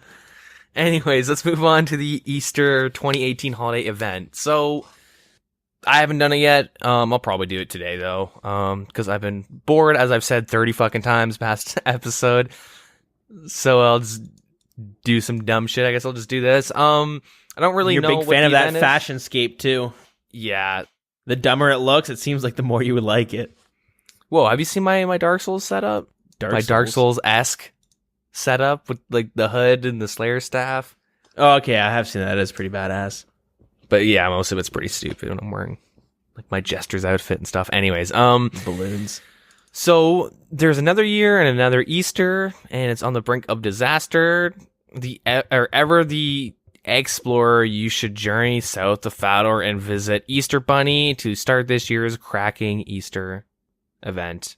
Cool. Hatch a plan with Choco and tackle egg sighting crisis. To attack the egg sighting crisis. The help kickstart chocolate production. Oh, and help kickstart the chocolate production in time for Easter. This year's event has it all. Egg stream highs, egg explosive lows, plenty of yolks to make you laugh, a hoppy ending, and big eggs. Oh man, another. And big eggs? Is there a pun there, or is that just... No, that's it. Oh, just big eggs. That's good. Yeah. So they got the little event. The armor is like just egg armor. Like you're just like wearing like 30 fucking eggs on your guy. A lot of people are actually kind of pissed about it though. It does look extremely stupid. I'm okay for having like ridiculous and silly looking gear, but this is just... I just think it's bad. One thing is okay to be a little silly, right? Turning into an egg, that's silly. Hopping around with your egg basket, that's silly, but it's cool for both of them. So yeah, it's pretty cool. Dressing up as the Easter Bunny, it's silly, but like, it's not stupid. Like, this armor is like like it's so stupid, it's silly. You know what I mean? Yeah, the only reason you would want it is because you would want to look as dumb as possible, yeah. Yeah, and not like funny dumb where you're like I'm trying to think. Like, I have my own little fashionscape setup that looks pretty damn stupid, which, you know what I mean, consists of some wacky looking gear. But this just looks, I don't even know. It looks like a football uniform made out of Easter eggs. Yeah, basically, that's basically it. Football as like the American, not soccer. Yeah, exactly. Yeah, American football. Yeah. You have like shoulder pads that are like sticking out. It's like someone took a big egg, cut it in half, and stuck it on your shoulder, so they're sticking out like World of Warcraft style big. That's Dragon Ball Z style. Yeah.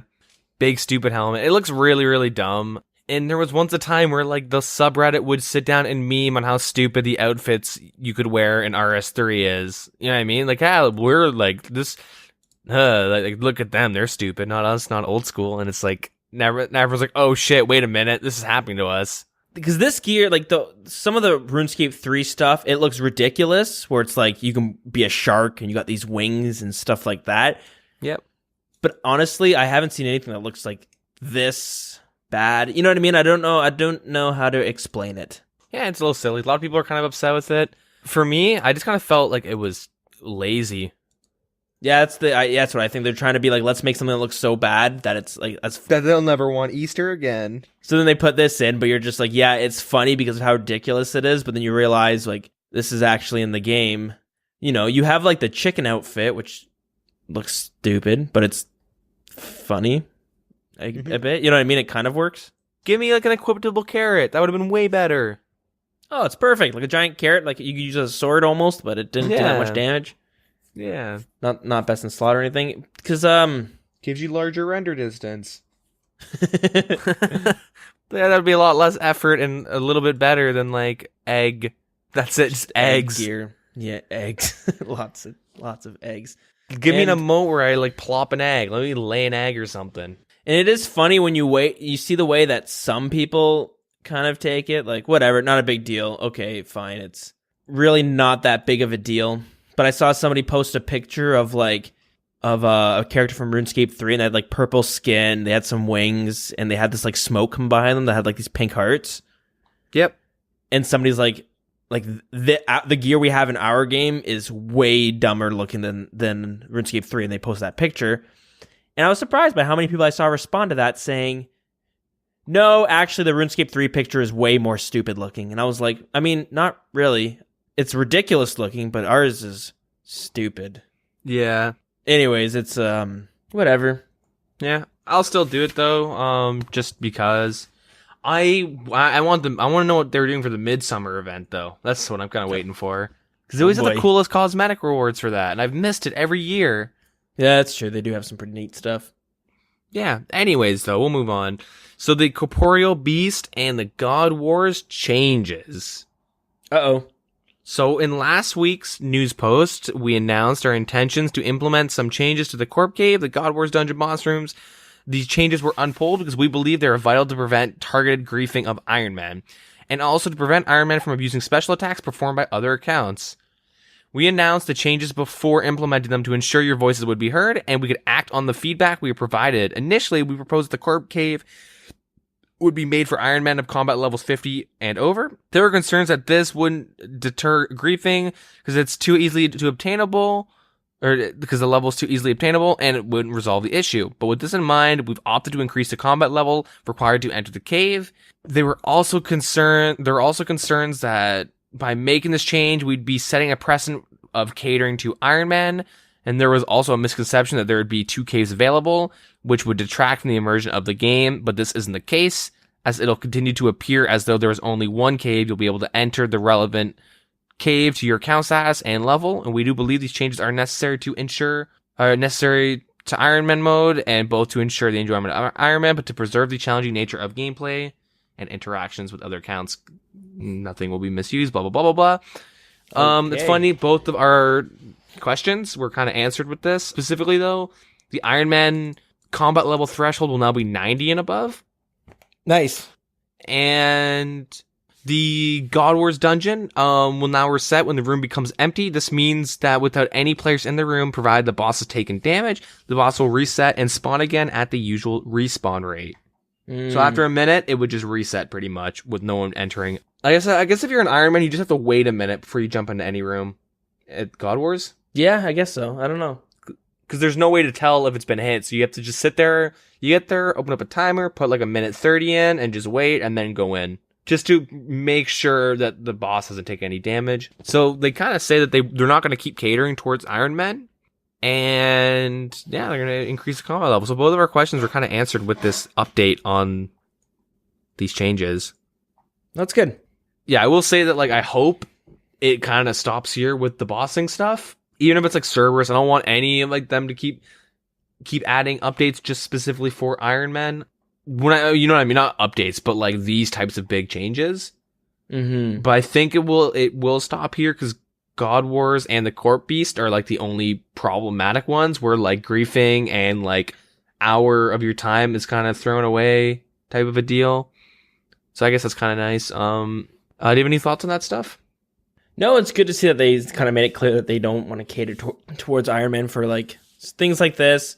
Hopefully they don't have to revisit fixing bosses. You know what I mean? Hopefully it's just straightforward and you don't got to worry about any of these weird issues. Yeah. So in other news, the Blast Furnace bar stock interface has been replaced with the new Make All interface. Cool. The warning, which appears when attempting to dive without the equipment on Fossil Island, may now be toggleable to not appear and may be toggleable back on. Talking to Marin. They've added a few map tiles south of Varrock, which would force you to walk elsewhere. They fixed the tiles south of Varrock, where you would try to walk on them and they'd make you walk somewhere else. Nothing major. So equipping an offhand item whilst there is a two-handed item equipped, or when equipped a two-handed item while there's an offhand item equipped, the item being unequipped will now land in the inventory slot held by the now equipped item. Does that make sense? Oh, yeah. Okay, I gotcha. So I'll clarify it for some people. So the example they give is when you equip something to a slot where another item is already equipped. For example, you equip the dagger in your right hand and you've already got a mace there. The mace would go where your dagger used to be. However, this didn't happen for two-handed items. So if you got a two-handed item equipped, such as a rune two-hander sword, and you equipped it a shield, the sword would be unequipped, but it would not always land in the inventory slot where the shield used to be. Similarly, if you got a shield equipped in the 2H, they wouldn't, not really consistent. They would go into like a random spot or like the closest to the top left, I guess. Does that make sense? They would go in like the next order instead of just replacing the spot. Yeah. Yeah, they just want everything to kind of go where you changed. It helps for like you're doing your switches and whatnot. Yeah, exactly. All right, we actually have the OSRS mobile, Android results, and the iOS beta to talk about. Ooh. We are like 5 months behind schedule for the beta, or for mobile to come out. But yeah, so the Android beta feedback. So in February, you opened Old School Mobile, up to you. The players, aka Dills and Nadigan, for the first time, 2000, you took part in testing. That's where my RNG finally kicked in after all those years. Yeah, so they're making some changes to like the way mobile works, so such as banking and shops. So instead of like left clicking for value as you would do now, they want to change it so the deposit X would be, or the withdraw 50 would be the left click option, or I guess the tap option. Makes it just a little bit easier to kind of mess with everything on mobile. Because that was one of my complaints, was the banking was kind of a pain in the ass, especially with the scroll bar and stuff like that. I don't know if they said they're going to fix that here, but it's also good to note that I'm pretty sure this is going to make it easier for you on the computer as well. It's not just strictly mobile. Okay. It's not bad. Yeah, because that would be a whole nother problem right there. I'm sure we'd be hearing a bunch of controversy with that, because they did state they're not going to be making any changes to the game that it's with the mobile being like the reason they're making it easier, right? Well, They are doing it for this, but it will be easier for you to, like, let's say during Herblore, they can just click, boom, boom, boom, boom. Yep. Click 14, 14, 14 with your left button. Yeah, so they're making it easier to buy stuff. So you, like, let's say you're buying arrows, you can set the quantities from 1, 5, and 10, or the value check, and you set those, and then you just left click the arrows and whatnot. Same thing with like banking, right? You can set the 1, 5, 10, X all and all that stuff as options, and you can just start tapping away. They're gonna give some more space to the spell books. They're gonna like kind of rework the spell book to ensure it's more easy to use spells. Yeah, that was another issue. Just hard to click them. They want to add They wanted to add a customizable UI. But they can't because it's super time consuming and they don't have the team to really do with that. Mm-hmm. They also feel like it's not the best use of their time anyways, because lots of people gave it a good usability score already. So I don't know. They're going to do a login overhaul. So they'll make it so you just log into your account on your phone, kind of like how Hearthstone works or something. Sure. So having to type in your name and shit every single time and authenticate whatever, like they're going to just have it every 30 days. You just have to log in and you're set.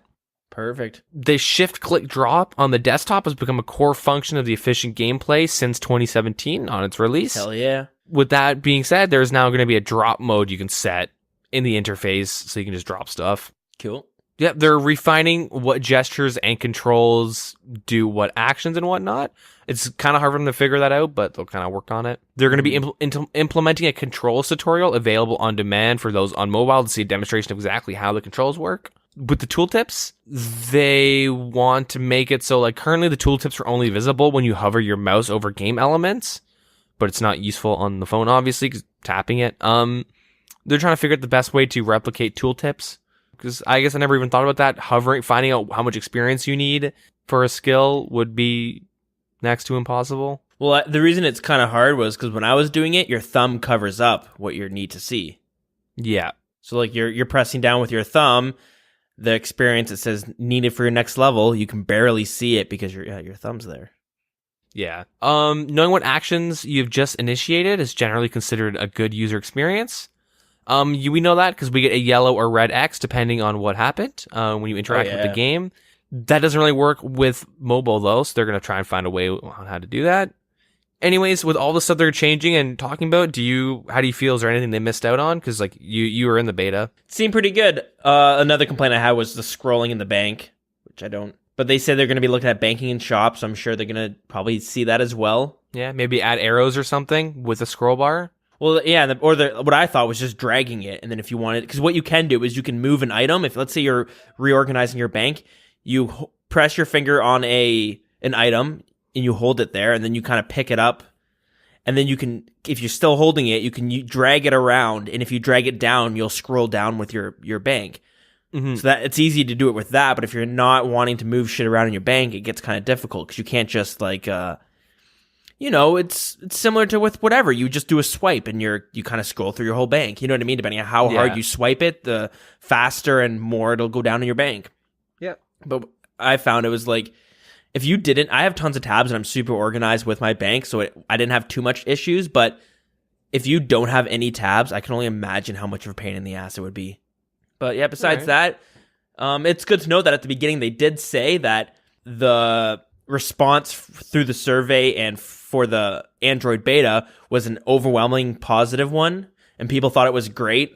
Like the way it was super just intuitive and stuff. Like it was just it just worked really well for what it was in a beta. It ain't none of that early access stuff we see all the time, right? Yeah. It was pretty good, pretty well put together.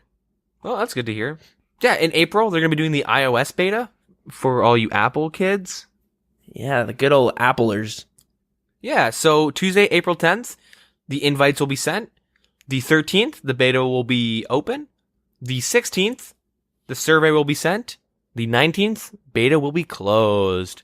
I don't know why they're not just cycling 2,000 people every couple of weeks. Like, I want to fucking get in the beta. I want to try raids and shit on my phone. I want to try Bandos on my phone. I want to actually see what the usability is. Because, like, okay, I could do herb runs, but I don't fucking do herb runs as is. You know, I want to go, like, try random shit. I want to see exactly, like, you know, I'm taking a dump. Can I go kill, I don't know, Calphite Queen or KBD, Callisto? Yeah.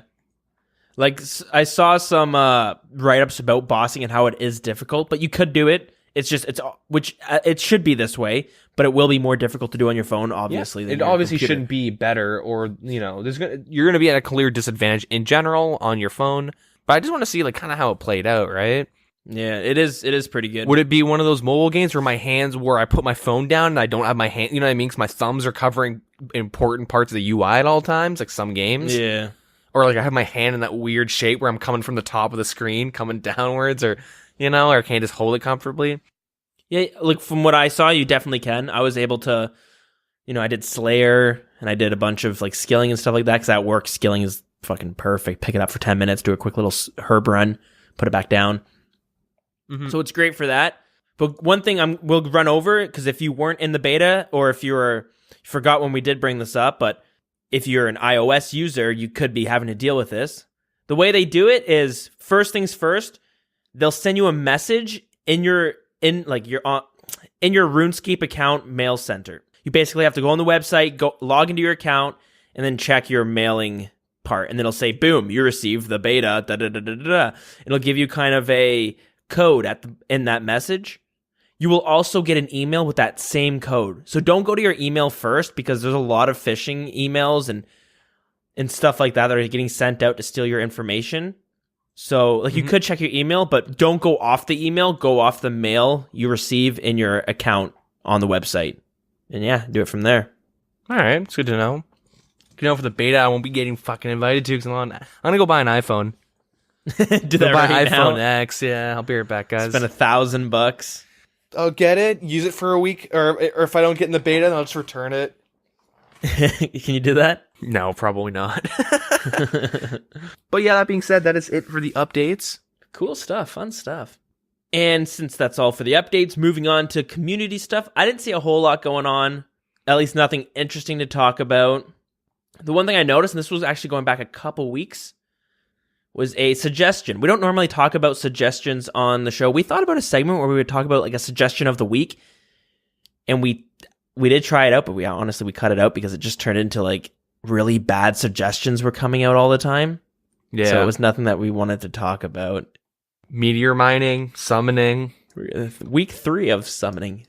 So a couple weeks ago, I had noticed this post, not this specific post, but I saw a post on Reddit referencing this one, because this is going back like over a year ago. This was just suggested.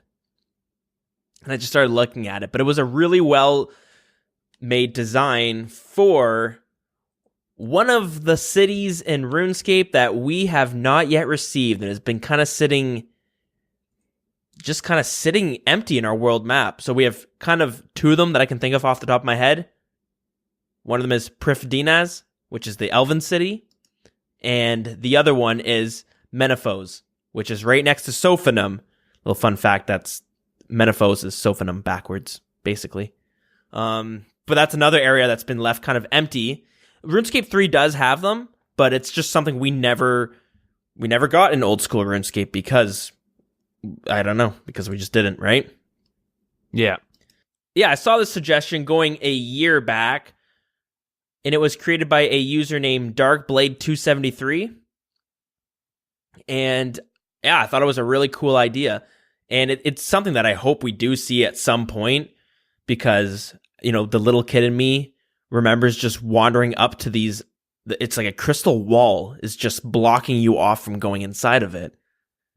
And, the idea is that it's there. We're just not allowed to go into it. And you know what I mean? It's always been very mysterious to me. And I'm sure it's kind of mysterious to you as well. Anyways, the design for this area is supposed to be more of like an end game city. Not like an end. So RuneScape 3 has it, and it's an end game city. We can do a lot of tasks you can only do within that city, and it becomes like the best experience per hour. I don't know them exactly because I don't really play too much RuneScape 3. I dabble on my old account every now and then. Well, it's like my new account now because it's such a low level. Not too experienced, so I can't really say exactly what they do there, but I know a lot of people say if you're trying to get the best rates end game, you're going to be going to the city to do it. Yeah, the suggestion is have this city. It would come with a new quest called A Tale of Two Cities. So it's similar to A Tale of Two Cats. But this is moving onwards between Morning's End 2 and that quest line. So in this suggestion, we've talked about it through the lore segment that there's 8 different families or 8 different clans that kind of reside in the city. So in this, they put each clan would have kind of a theme, whether it's and then the ones they have is melee, thieving, ranged, fletching, construction, agility, magic and prayer, then herblore and farming, and crafting to tie into each one of them. So with a bunch, I'm not going to go through everything because it's a pretty lengthy write-up. I'll post it into our Discord if you guys are interested in checking it out, but it has things with like new things to steal from, some new crafting gear and stuff like that, but nothing that's going to be replacing any of the best in slot stuff that we currently have. But there is 3 items here that they kind of proposed called the Ring of Saren, which is a ring that would give you ranged attack as well as prayer bonus. A Crystal Staff, which is a magic specking weapon with a prayer bonus. And then the Necklace of Saren, which is a magic attack and defense necklace with a prayer bonus. Whether or not those specific items would fit in the game, I really like the idea of bringing in a new set of crystal gear. Because I love the crystal gear we have now, and it's got a way that it degrades and acts as a gold sink that's super unique compared to, barrows and other stuff like that. And if you don't know, there's basically 10 charges. Each charge has like 250 hits. As you blast through the 250 hits, it goes down a charge. And with each lower level of charge, it has not as strong of stats. You are able to bring it back to its original stats by going to NMZ and imbuing it. But anyways, basically, once you get it down to the last tier of charges and you use up all the hits, it reverts into a crystal seed. You got to bring it to a person to convert it back into a weapon or a shield. And it costs you, I think the first time it's like 800k. But then the second time it's like 700k. And it keeps going down until it hits like a base of 200k per having to recharge it.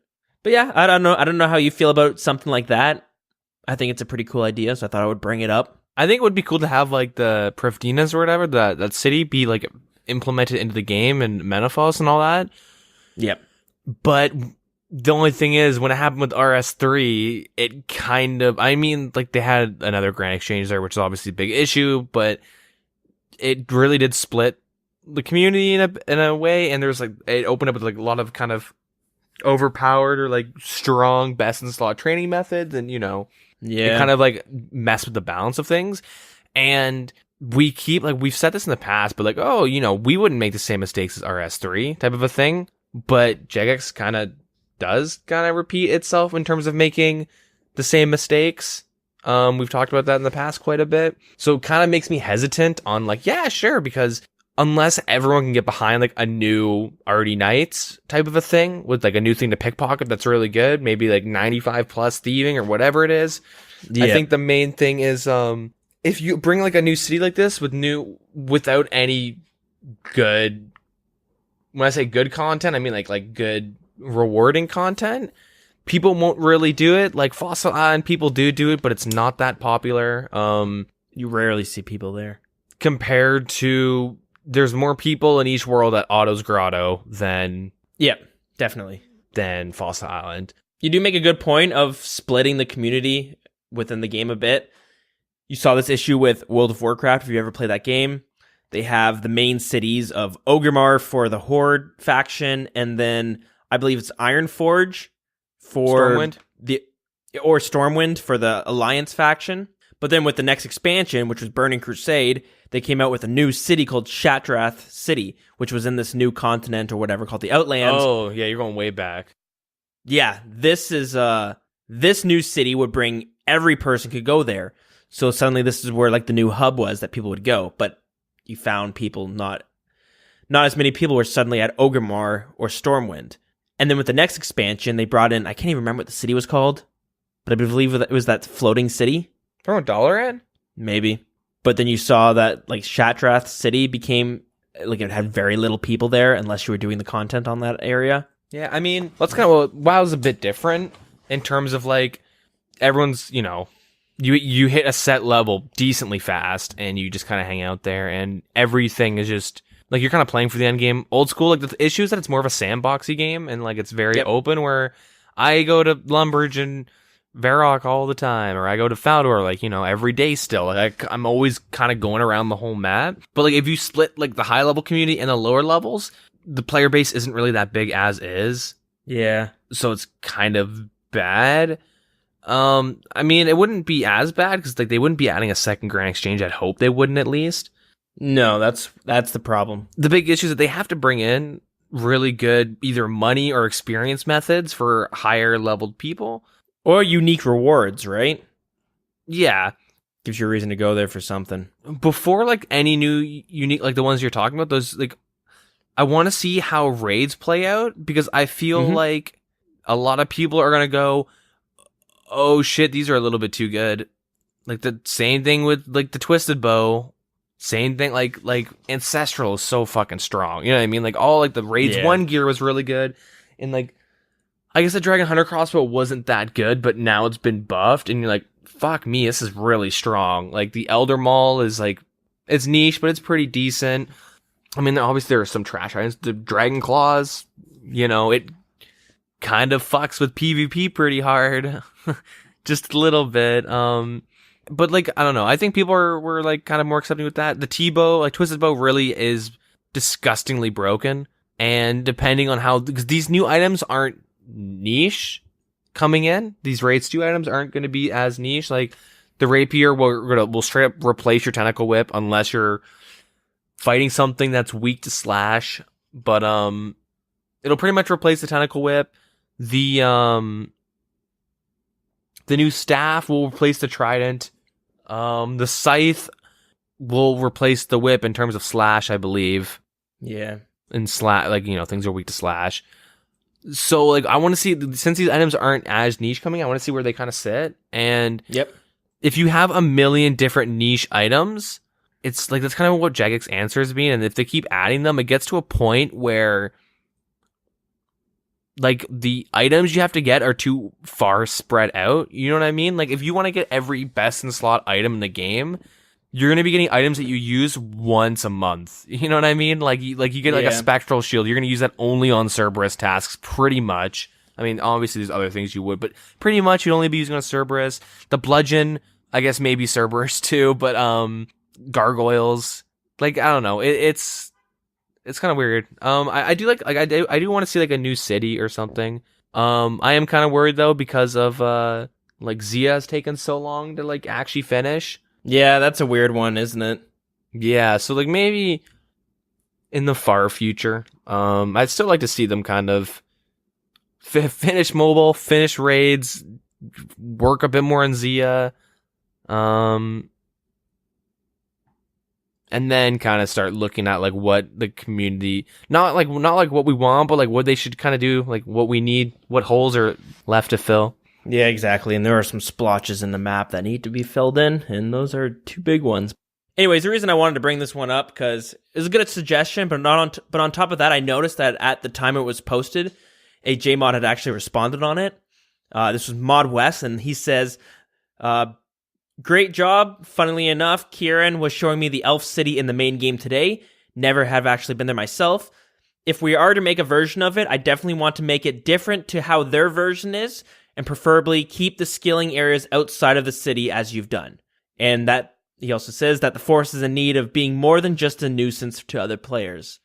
So it does seem like again, a lot of these JMods have these, what do they call it? they're like Friday projects where they can kind of work on their own thing, their own ideas that they want to bring in, and then they kind of pitch it.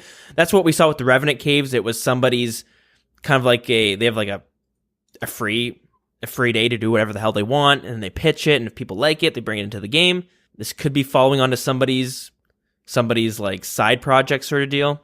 Interesting to see that it is being kind of looked at. It's not like a forgotten area that nobody's paying attention to anymore. You know what I mean? Yeah. I don't know. It's nice, I guess, that they're looking into it. Yeah, maybe it's just something they're going to be gearing towards to maybe adding at the end of the year or something. Or a couple years from now. Yeah, I mean, we have mobile and raids coming out. I'm assuming raids will come out in like the first half. Maybe mobile is all they have planned for like the rest of the year. But they usually have like more than, you know. Well, they've talked about it with when we have the Rune Fest, and we kind of gone over all their ideas that they want to bring this year.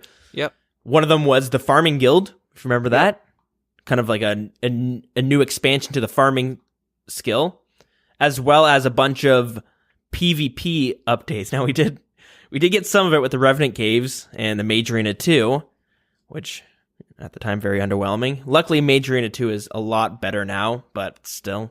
But another thing that they had planned with, I don't know how it's going to be I don't know if it's going to be as well received because of the aftermath of the last PvP update, but it was basically Bounty Hunter Slayer, if you remember correctly. It was Bounty Hunter, but you'd have certain requirements on how to complete things. I don't know I can't remember how exactly they proposed it, but it was something on those lines. Kill someone with 2 defense? Maybe I think it'd be more on the lines of kill somebody with a DDS. Yeah, I mean, the only issue is you could easily farm, get your buddy to, you know. Yeah, I'm sure they would figure out ways so you couldn't do it, but I don't know. It is something that they're probably going to be proposing, and so that, as well as the farming update, and the raids is all we have left. And I know mobile is a totally separate team that's working on it. Yeah, I think that's basically it for community stuff that I had noticed. Nothing too much was going on, it seemed. Okay, so yeah, we'll move along to our section of lore.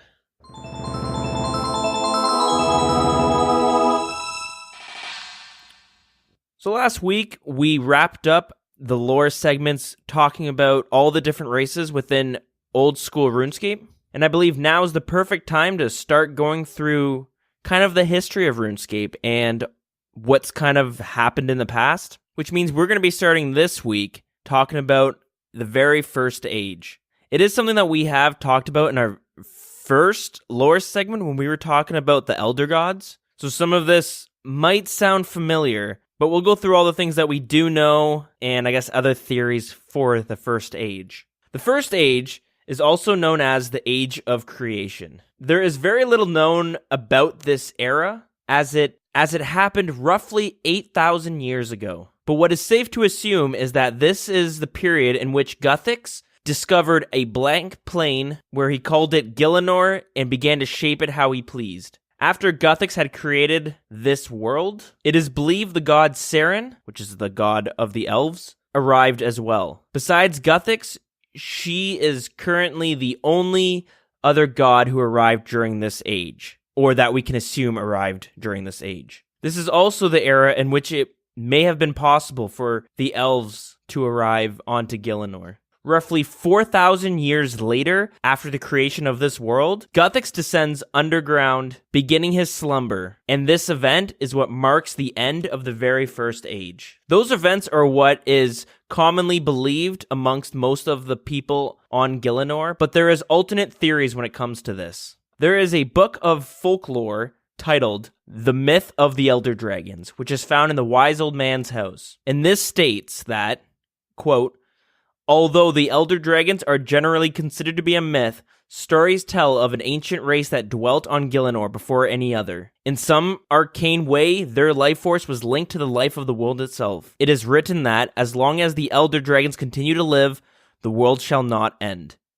However, skeptics claim that the myth of the Elder Dragons was invented to cast doubt on claims that this realm was lifeless until the gods first arrived. unquote. So if this is to be believed, it would mean that the extinction of the Elder Dragons would result in the end of the world. Some believe that the Elder Dragons could be the Dragonkin that Robert the Strong had annihilated. Though many believe that the Dragon King are extinct, their survival of a very limited number would tie in with the Elder Dragons and the world's continued existence. This theory of the Elder Dragons is not widely known, nor is it popular, and as I just mentioned, could be created to cast doubt of other theories of this creation of Gielinor.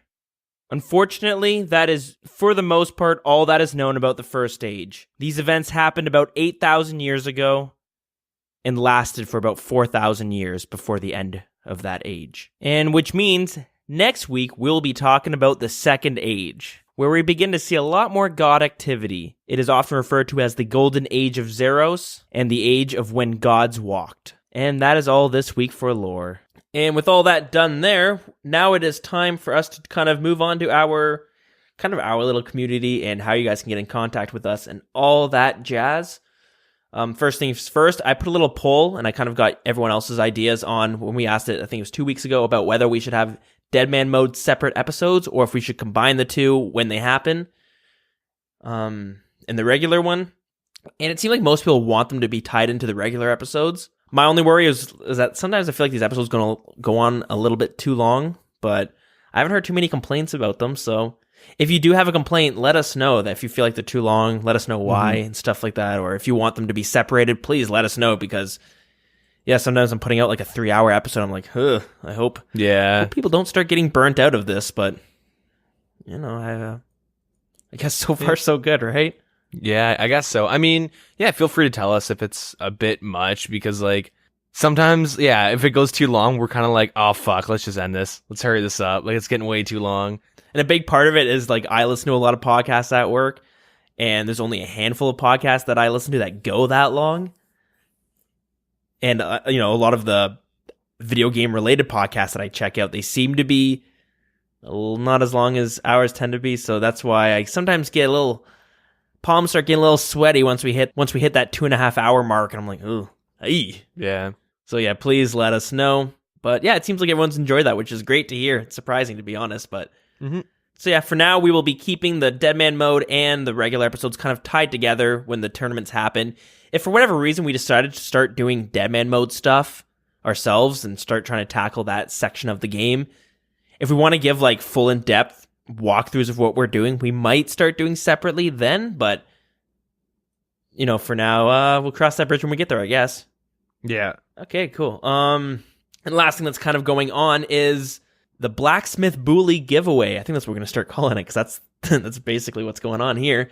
He is making a Dwarf Cannon miniature and decided to give it away. We talked before that we were going to have, like, you know, show up on Saturday, April 7th. I don't even think that's the right date, but show up and do this thing, and you might have a chance to win it. He's actually changed it since. There's been a little bit of tweak in the system to make it more accessible to anybody who wants to partake. So with this one, you basically just buy tickets from him in order to win it. You can buy it all the way up until April 7th, which is where he's going to have the draw. So just find Bhooley in our clan chat or in the game, or bug him on Discord. It's 200k per ticket, and there is a limit on how many you can buy. You might have to ask him about that, because I don't see it here, but this just allows him to kind of, he puts a lot of work into this, and to these giveaways. You know, there's a lot of, if you just look at them, there's a lot of work he puts into these items he makes, right? Yep. As well as he pays for the shipping and all that stuff. So he does a lot. So the 200k is it's a pretty small thing to pay in for. And this way he can kind of, I guess, you know, he makes some RuneScape money with that. Unfortunately, I don't think the post services will take GP as a currency. Not yet, at least. Wait till GP becomes the new crypto. Yeah. But yeah, if you do want to win that Dwarf Cannon, just go bug him and make sure you have your 200k on hand. And then April 7th, he will be posting a video of him pulling the names all out of a hat to see who the winner is. And I'm thinking we might do an event that day on the 7th. We'll let you know on Twitter and Discord and Facebook if we decide to do like a drop party or something to go along with it. But that one, we'll see how that works out as well. And he's also started on his next item he's going to be giving away. So I already jumped right into that one. Yeah. So after this Dwarf Cannon giveaway, the next item is going to be a Dragon Battle Axe. Get your yarg or your yarg going. Yeah. Boost that strength up. The next contest is going to be post a video of you making that, doing the sound effects. Go to the mall. Get your best in slot strength gear. Some That's too IRL funny, pest control. Anyways. But the Battle Axe looks badass. It looks great. And yeah, it's crazy. So I want to thank Bhooley for doing this. It's I don't know, it's cool. It's something pretty cool to have going on within the little clan chat, Discord, and little community we got going on here. So yeah. I want to thank him for volunteering his time to do this for us. And with that being said, you might be wondering, how do you get in contact with us and the show? You can join us in-game on Oldschool RuneScape by joining the Wild CC clan chat. Our Twitter is @TheWildernessRS. Our Facebook is facebook.com/TheWildernessPodcast. Our email is thewildernnesspodcast@gmail.com, all one word.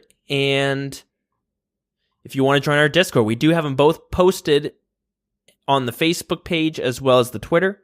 You can always bug us in-game and we'll get you the links so you can come hang out in there. So that's it for the show. Deegan, you got anything you want to throw out there? Twitter, Twitch, DeeganRS. Solid. Yeah, that's pretty much it. I don't know. If you're like a higher level member and like listener, I guess, and you're looking for PVM, like we do have like PVM groups going on pretty much every day. Seems that way. I'm always seeing people doing Zamorak, God Wars boss, or we do like a large event with Corp. You don't even have to be like super gear, like the max level for it. You can just join in and have fun and kind of get like a mass going on, and it's a great time. But that's something I'm going to be looking to do today, actually. I'm going to see if anybody wants to. I've seen some people who want to try out some of the God Wars bosses, and I think that would be kind of fun to jump in there. Yeah, just feel free. Yeah, always some good PVM going on with the boys. We got some PvP one day. Yeah, pretty much all I have to say. Sounds good. All right, with that being said, I think we should shut this thing down. We'll move on to next week. Yeah. All right, guys. Thanks so much for listening to our April Fool's episode. Unfortunately, only a little bit of gaffes at the beginning there, but some goofs, some gaffes. It's a good time all around. Yeah, all right, guys. Have a good one. Take care.